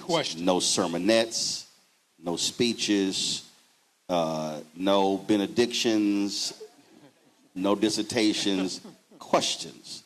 So we'll start. So who has the first question? Come on up, slide out that way. Stand right here. If you have a question on that side, come stand right next to Kevin. He's going to stand right next to the pop-up. Come on. What's your name? Hi, my name is Francine Monroe Brown, and my question is, what can I do as a community activist to communicate to my community that this has to be a community-driven plan? We cannot depend on anyone else to help our communities, just us. When I was growing up in Eden Gardens, the parents in the community, we had less, but we had organizations because the parents were willing to take up time. We had Mr. Pickens, who produced professional baseball players. We had Coach Pennywell. There were people throughout our community, and we took care of ourselves. So I just want to encourage everyone to get their mindsets in today's society. Let's move forward, and let's take care of our own community. All right, so I got a question for you. So you said you're a community activist. Do you have an organization, or you're part of an organization? Yes, I founded Seniors First, and I'm the executive director. We help seniors to integrate back in their communities, to become liaisons and leaders in their own neighborhoods. We also help seniors in college and seniors in high school. So we touch those milestone areas. Okay. So in your program, how are you bringing in next generation to help with that, and then be a part of this training we're talking about in terms of how do they do conflict resolution? Well, presently, I have something coming up on July the 10th right here in Shreveport. I'll be working with the city of Shreveport, and we are going to be catching children at much younger ages. Because by the time they get... Hold on. What's the thing on July 10th? Hoop Don't Shoot. Okay, and what is that? Hoop Don't Shoot is a annual program that we have where we pull in children and we connect them with organizations to provide guidance for them beyond the basketball and the online game tournament. Okay, so if somebody's out there and they want to participate, how do they reach you? They can reach me at 318-230-6697 or seniorsfirstplan@gmail.com. All right, cool. Appreciate it. Kevin. Name and what's your question? My name is Willie White, and I live over here in Allendale. My question is, besides athletes and athletics, can we be more diversible? And if so, what programs can we start? What programs do y'all have in mind that we can start up? My thing is agriculture back in our communities. Okay, so now I got a question for you. What do you do? What I do? I'm apparel at a school here in Shreveport, and I'm also a gardener. Gotcha. What organization are you involved in? Right now, I'm with the Front Porch Ministry in my neighborhood at St. Paul Methodist Church over here in Alabama, and we're starting the Front Porch Ministry. It's going to have different components to it. We're going to be doing ministry in garden, ministry in feeding, and educating our people at an early age about tapping into their gifts and talents and start developing. So how are y'all reaching people who are not in the church? Who are not in the church? Recently we had the citywide cleanup. So we went to different streets within that area. No. What I mean is the initiative you just talked about. If you want people to be involved in that initiative, how are y'all reaching out to people to say, this is what we're doing, and we want you involved in this program? Well, right now we're having meetings, not just only meetings. We're gathering within the community and spreading out, going from door to door right now. Got it. Within that area and stuff like I said, we did the citywide cleanup. We didn't just do right at that location. We went down the streets no one would normally go down. Gotcha. You know, people with beer cans in the yard, getting out there, picking up their beer cans with them. We went out there picking up trash, and, they started tagging along. Right. So the ministry that y'all launching, when is that launching? When is it? I don't know the tentative date right now. Okay. And since you've been going door to door, what's your target number? How many people in the community that are in that certain radius around your church that you want to be involved in the program? Well, I'd like to target like 10 right now. We got guys to play dominoes. We got 2 barbershops right there and on Looney Street. So like I said, I want to serve with the people who are, I feel like this, mostly overlooked. Gotcha. So the reason I asked you all those questions, because you just answered your own question. Okay. Well, thank you. No. Because again, I want you to understand. The reason I asked the questions, because you answered your own question. One of the greatest mistakes that, and I've seen this in churches all across the country. What happens is we have programs that are only internal, not external. And so if there's a church here, church, mosque, whatever you want, anybody here, what they should be doing is they should be drawing a circle around the church and saying, this is the 0.05, 0.10, 0.25 radius. And we're going to, what you just said, go door to door and then knock on those doors and say, this is what we're doing, this is what we're providing. It doesn't matter if they're not church members. What then happens is, then they may realize, wait a minute, this is a church that's actually doing something. So your ministry outreach may end up causing them to show up on Sunday. So the problem that we often do is we like to talk macro. So when you said citywide, the reason I wanted to ask more questions because you brought it door to door. So the only way we have to go micro macro, not macro micro. So the issue that we're talking about here, how do we reach people? So we're talking about a Kappa program or an Alpha program. How do we expand those things? We have to say, no, we're going to go from 5 to 15, 15 to 30, 30 to 60. You have to build it that way. One of the biggest mistakes is when we can get everybody involved. You're not going to get everybody involved. But it has to be a methodical build, micro to macro. So the question you ask is exactly what y'all should be doing. And a component of that should be, you're talking about gardening or whatever, as we said, conflict resolution. Kevin, what did you say? You called it, we've been talking about regulating emotion. Yes. These should be things that are part of the program you're talking about, because the folk who commit domestic violence, they're in churches.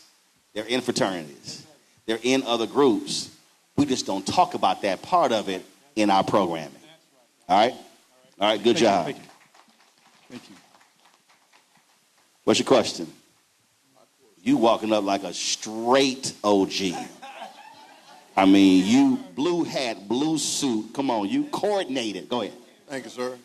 My question is to the panel. It's about mental illness. I have a family member suffering with that. He goes in and out of the system, go to jail, come back out, go right back in.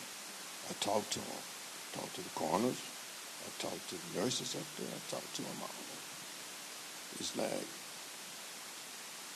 it's stated, it happened under this administration. That administration been gone a long time ago.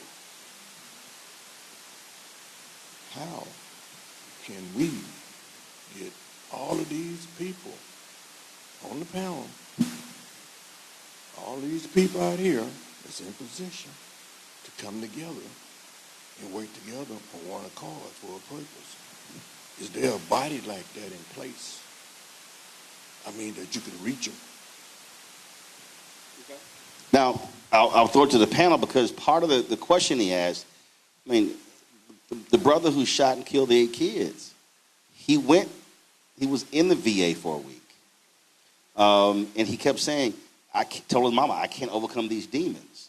So part of this issue, and Chief, maybe you can speak to, or the DA, part of this issue is, especially with the massive cuts that we've had in mental health, how do we deal with somebody who actually went through a system but came back out and then ended up committing this sort of heinous crime? Excellent question. And I'm of the opinion totally that the judicial system sometimes fail. And when I say that, I'm talking about incarceration. Incarceration is not always a method to prevent further things from happening because there's not much of a component for rehabilitation. I hear exactly what you said, and that was some of the information I was getting from the people who knew him that very morning of the incident. I don't have a good answer for that. If medical attention had been sought, he had been going through professional therapy of, the people with doctors behind their name. I honestly don't know what else could have been done. I don't know. Go right ahead. One of the issues you have in dealing with mental health is people get medicated, okay, and then there's no one to make sure that they either take the medicine, right, or they decide the side effects of the medicine. They don't want the side effects, so they don't take the medicine. Or what we see a lot of is they have a substance abuse problem, and they have the medication and the substance abuse, and it doesn't work. So, as Wayne said, there's only so much we can do within the system when they've been treated, supposedly, and released and on medication. Then there has to be some way to make sure they stay on that medication. And you got to hope that they're on the right medication, because often in mental health, they're not on the right medication because it takes a while for doctors to figure out what medication they need to be on to get them into a normal situation. So to finish your point, you said, we almost come together. Absolutely. But that cannot happen unless we're working through organizations that are dealing with this stuff every day. Again, state policy is different from county, different from state policy, parish policy, city policy, school board policy. That's how we have to be using our organizations. And so what I keep saying to people, if you are operating as an individual, understand you need to be aligning with an organization where the organization is putting pressure, because a sole person is not going to be able to do it. But if you have one organization, a collection of organizations, now all of a sudden that changes the conversation. Let me do this right here, right, Roland. So a year ago to date, family, I was a psychologist with the VA. And my role at the VA, was around cultural trauma and veterans. I say a year to date because it was on a Wednesday. I got a phone call that says Friday is your last day, because I was using the word culture. And so I had over 50 men and women on my caseload who did not get a chance to close out because a decision was made by someone else, because of the discourse was around cultural trauma. And we want to be clear about this because certain services are available, but they're not consistent. So what I'm telling you is not what I heard. This ain't nobody else's story but my story. And this story is that you get a call on Wednesday, and I want to be clear about this one, Brother Roland, talk about emotional regulation. If it had not been for me going to present at a conference on intervention, I'm not quite sure how I would return back home that day based on what I heard from the VA. So just because I'm a psychologist, that doesn't mean that I'm about to lose my mind. I get on edge as well. Does that make sense? So we have to be clear that sometimes the services, that's what I'm saying, all services, no, I say ain't. I ain't saying not. Ain't good services. What's your name? I'm Annie Pearl McCullough, and I'm assistant principal at CMCTS, which is a theater school into Dr. Smith's school, Woodlawn High School. And so really my question, and I don't even know if it's really a question, but what is your take on addressing mindsets of the parents? Because I feel like us at the school level, we're doing our best to instill in the children what the lesson is that we know that will take them on to the ladder, but it's like we're fighting mindsets. And so we want the parents to be involved, but how do you address parental apathy where you want them in the school, but they won't come? You want all these different organizations, but there's no exposure because we're a neighborhood school. We only have 358 students on our campus, and most of them are impoverished. So how do you address mindset of parents that trickles down to our children? Good question. And Kev, her question is the most important aspect because what we have is what you just said. I have a saying, the absence of spirituality and right culture is the foundation for all negative, toxic, evil, demonic thought, behavior, conduct, and action. You can pour into these children in a righteous way at school, but then they have to go home, right? And so how do we actually do it? Because you can't legislate spirituality. You can't legislate culture.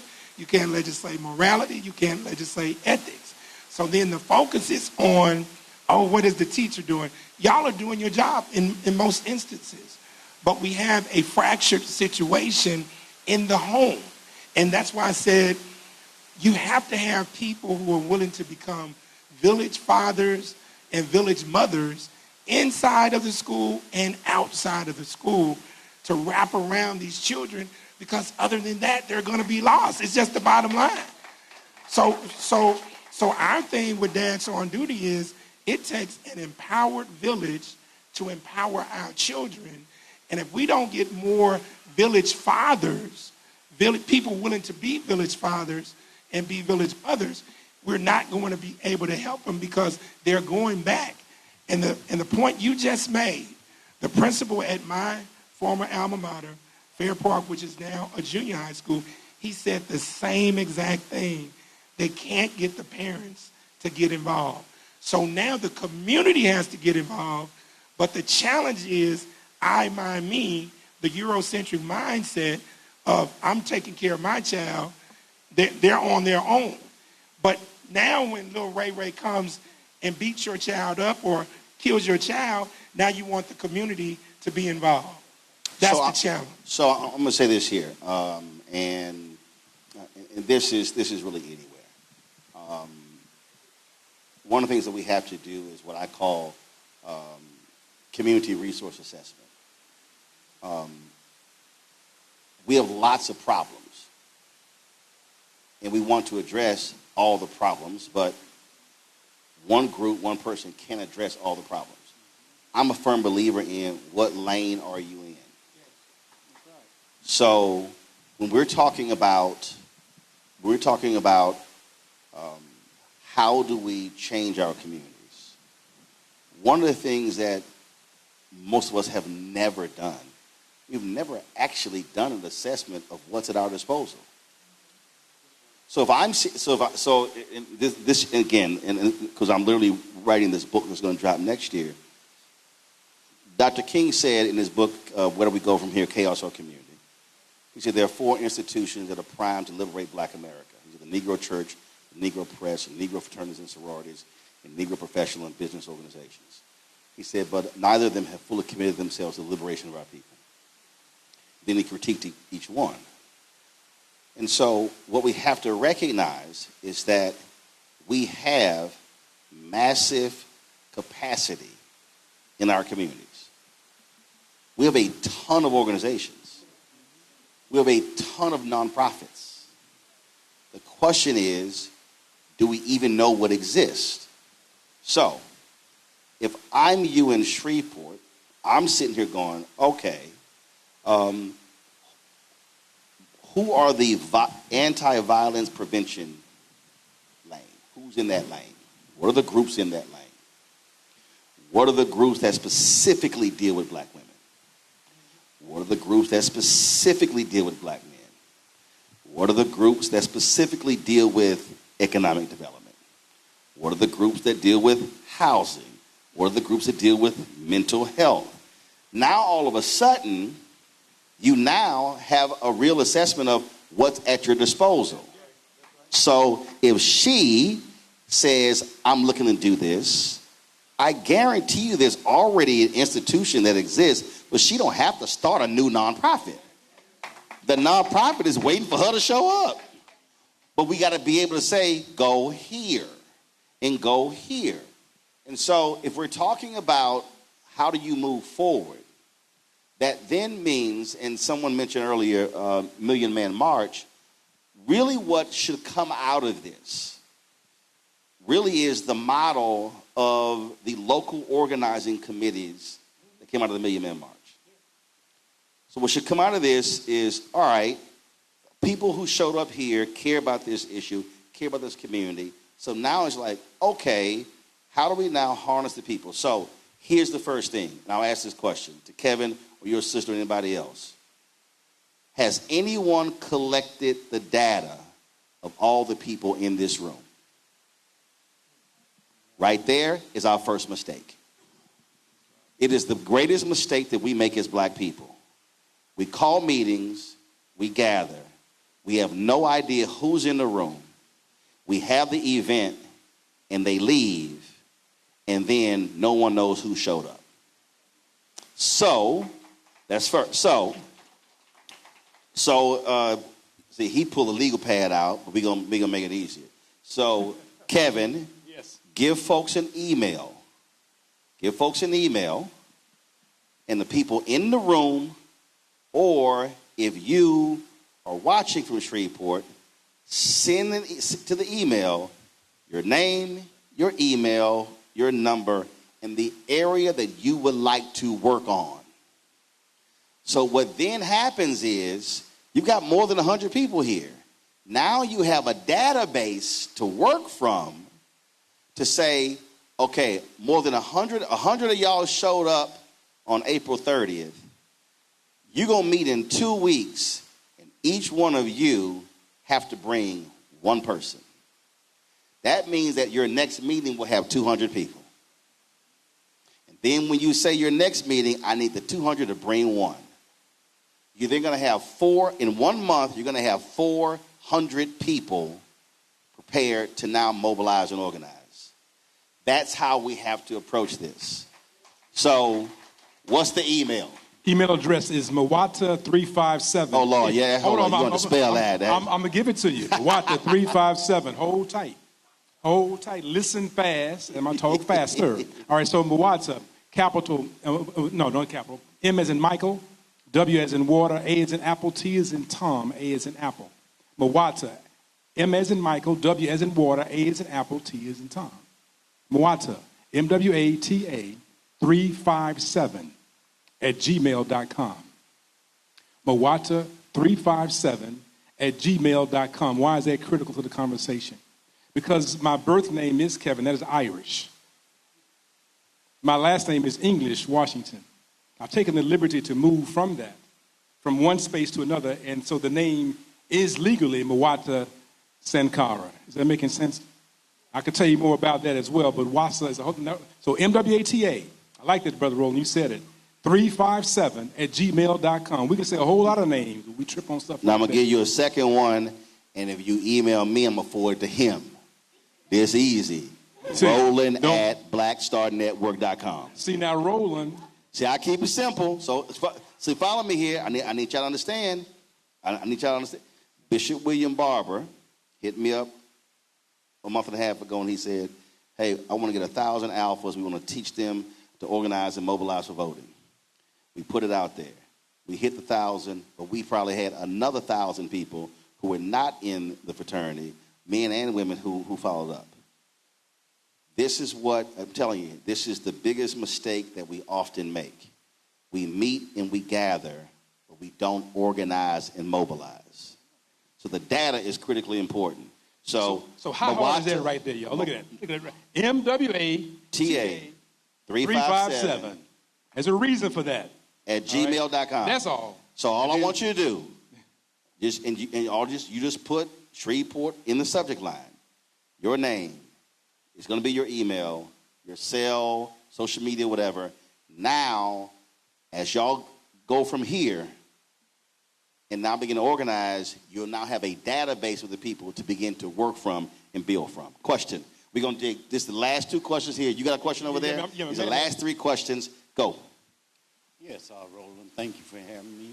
I'm just concerned, just like the young lady was, about the situation in her school and all regarding the parents and everything. Coming back to my mind and all, when I'm growing up with my grandparents before, it was a whole lot of other things more instilled in us at that time. Our parents were the guiding forces. We would obey them. We would listen to them. We would learn from them. A lot of young ladies and young men now, their mindset is not even, it's still a child. And yet they're raising children themselves. Right. And so? So the question is, what I'm trying to state is, the beginning point, the first point is we got to start at home. Before anybody thinks about mental health and all, it's got to be a family figure to start in working with. And no. Follow me here. How old are you? I'm 68. You're 68 years old. And this is what people need to understand. I grew up, both my parents, I've been married 59 years in June. You're dealing with a child today that is born into a social media world where the moment they're born, they're born to a social media world, okay? So all of a sudden, you have a third grader who is being bullied by classmates in social media. And those classmates have people around the country who follow them. So now that child is getting DMs. That child is getting attacked with what they're wearing and how they look. So the parent has no idea. So you now don't understand why your child is withdrawn, why your child is angry and emotionally upset. You don't even realize it's because they're dealing with something that you have no idea about. So you being 68 have no idea about that world. And so it's hard for, like I'm 57, I raised 6 of my nieces. It's hard for us to understand what life is like for a young person today because their world is not our world. So what we have to do is we got to, yes, how we grew up was one thing. I have to accept the world that they're living in and now come up with solutions that apply to their world today. Otherwise, it's not going to work. And so we can draw from how we grew up, but I got to understand where they are. And so the point is, if we're not having dialogue with them to understand where they are, what they're dealing with, then we're just going to be sitting and talking past one another. We're not going to get to the solution. So we got to be communicating with them where they are. Question here, then last question here. Good evening. My name is Joshua Hoover. I am 21 years old, and I am representing the youth, not speaking from a distance, but in proximity. And so my question is, as a 21-year-old minister, social media influencer, and advocate, are you all willing to collaborate with youth like myself to create pathways to promote continuity and empowerment for our community and combat surface-level solutions for deeper issues to prevent reoccurrence? All right, I'll ask you a question.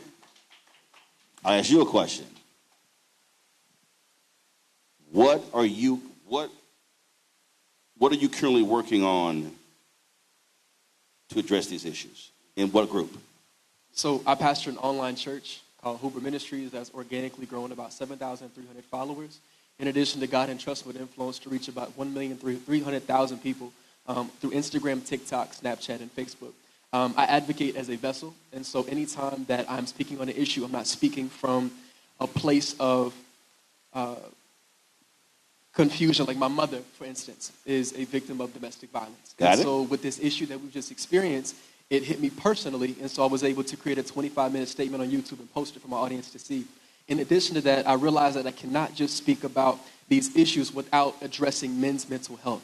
And so I am aware that it is going to take somebody like myself to reach people my age and my generation with the assistance of established nonprofit organizations that are willing to work and collaborate with me on these But efforts. hold up. Yes, sir. What you said you speak on the issues. Yes, sir.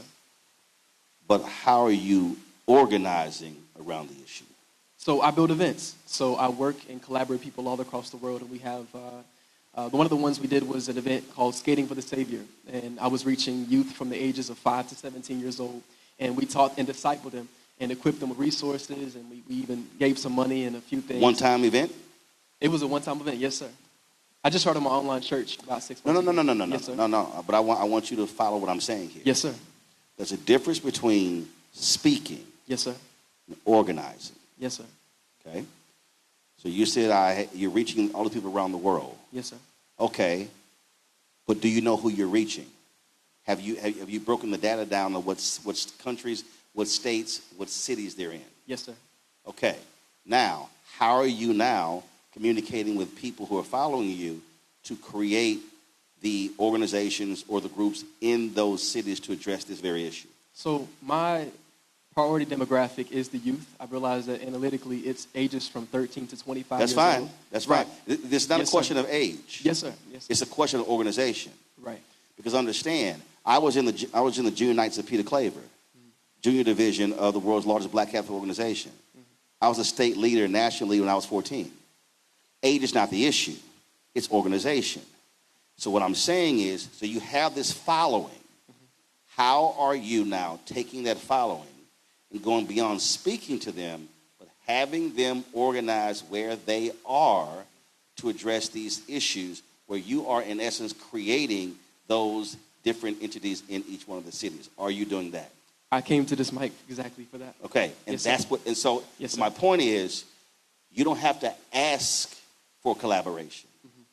You should be creating the entity yourself Yes, sir. with the reach that you have, and now say, we've created this, now we can bring on other people, and now collaborate. Yes, sir. One of the greatest mistakes that we make, and I'll say this, that young people always make, a lot of young people are waiting for somebody to hand them the baton versus just starting off running. And so what I'm saying is, you create where you are, how in your grouping here. You create it, so then when you come to the table, you say, this is what I've created, this is how many different groups I have, how many different chapters, X number of cities, this is what we're doing online. Now, who wants to now partner with us? Yes, sir. That's how you take your following. Because remember, you have right now followers. Yes, sir. No, take it back. Right now you have fans. Family for me. No. No. I need Yes, you sir. to listen to what I'm saying. How many people you said you have? About 1.3 million. Gotcha. You have 1.3 million fans. I have 5 million. But I've had 47,709 donors to my show. Those are followers. Fans are not followers. Good point. So you may have you can throw that number out, but if you ask any pastor of a church, they don't measure members by individuals, they do by families. Yes, sir. So it's not I got 10,000 members. No, I got 2,500 families. So what I'm saying is you have to take your fans and now convert them to followers. So you're speaking to them, but now you need to organize them around the issues we're talking about. And then when you do that, now you have a body of people through organization to now be able to achieve the issues. That's your homework. Build their own table. Yes, sir. All right. Appreciate it. Thank you. Question. First of all, thank you for coming here. We appreciate you here and putting on this event and our panel. My question is to restore funding to a national model initiative when I was a commissioner. It was called Swag Nation USA. Save with amazing grace, she wants a gentleman, and style with American glory, but stop sagging, start swagging. We had a female and ethics academy trainer that dealt with most of the things that you talked about: conflict resolution, anger management, crime, social issue, how to deal with police when you get out your car. We had psychology and sociology that did an evidence-based study initiative, and we were tracking our young boys and girls that were involved in the program. We started out with like 100,000, so we're trying to get more. The problem is, do we really want to put the money at and be proactive, or we want to be reactive? Because this was a national model, and the National Association of County Commissioner awarded with a National Achievement Award as one of the best programs in America. Okay, hold up.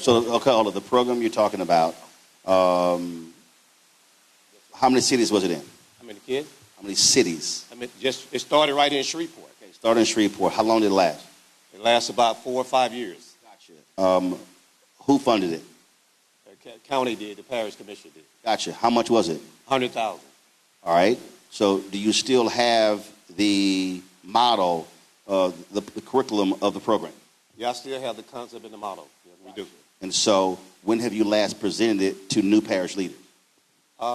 We could talk about that. I like to talk. No. You answer my question. When did you said you had it. Yeah. And so it ended, right? This is not a story I could talk about right here on this panel about it. But you walked up to come up to this microphone.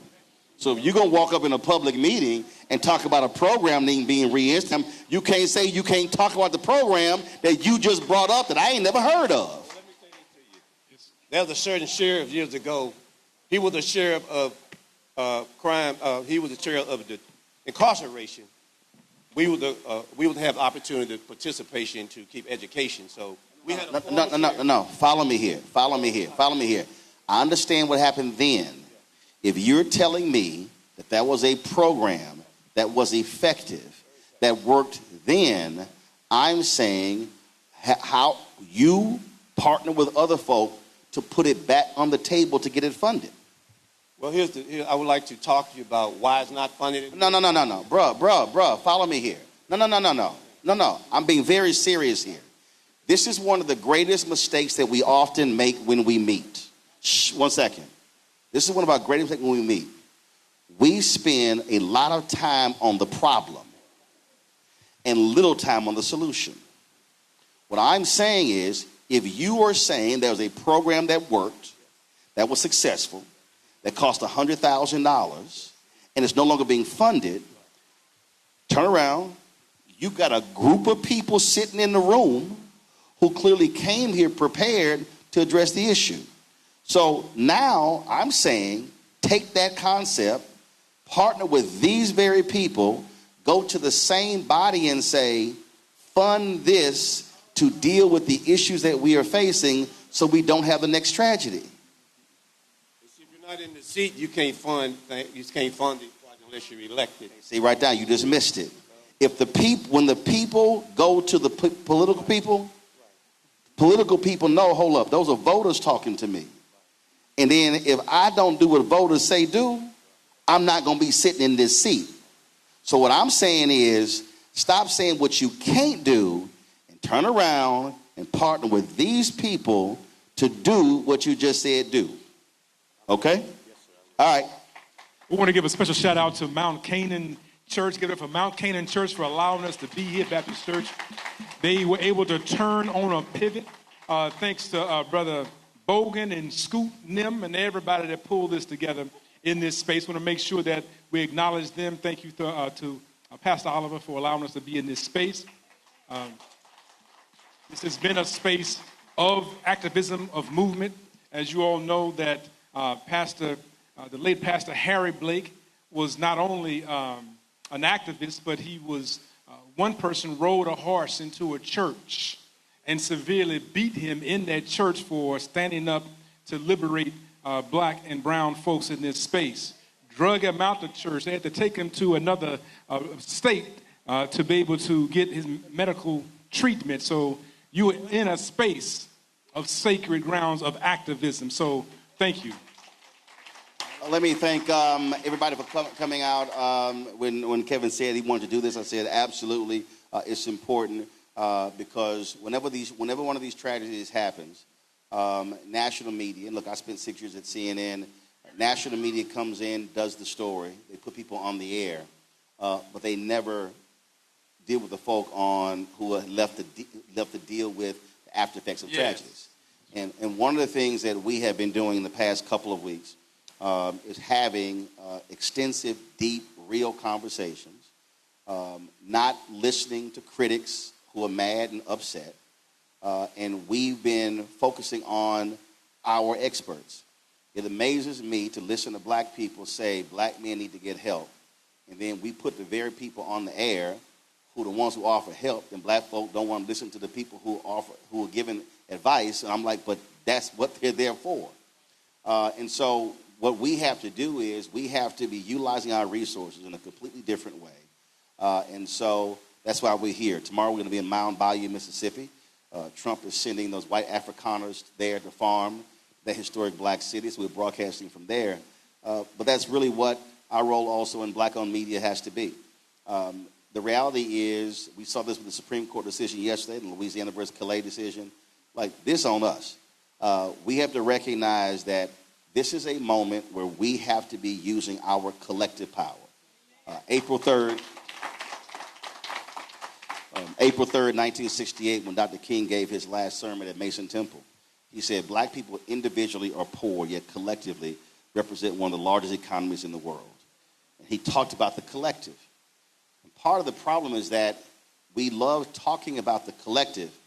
One of our greatest mistakes is we always are waiting for group consensus.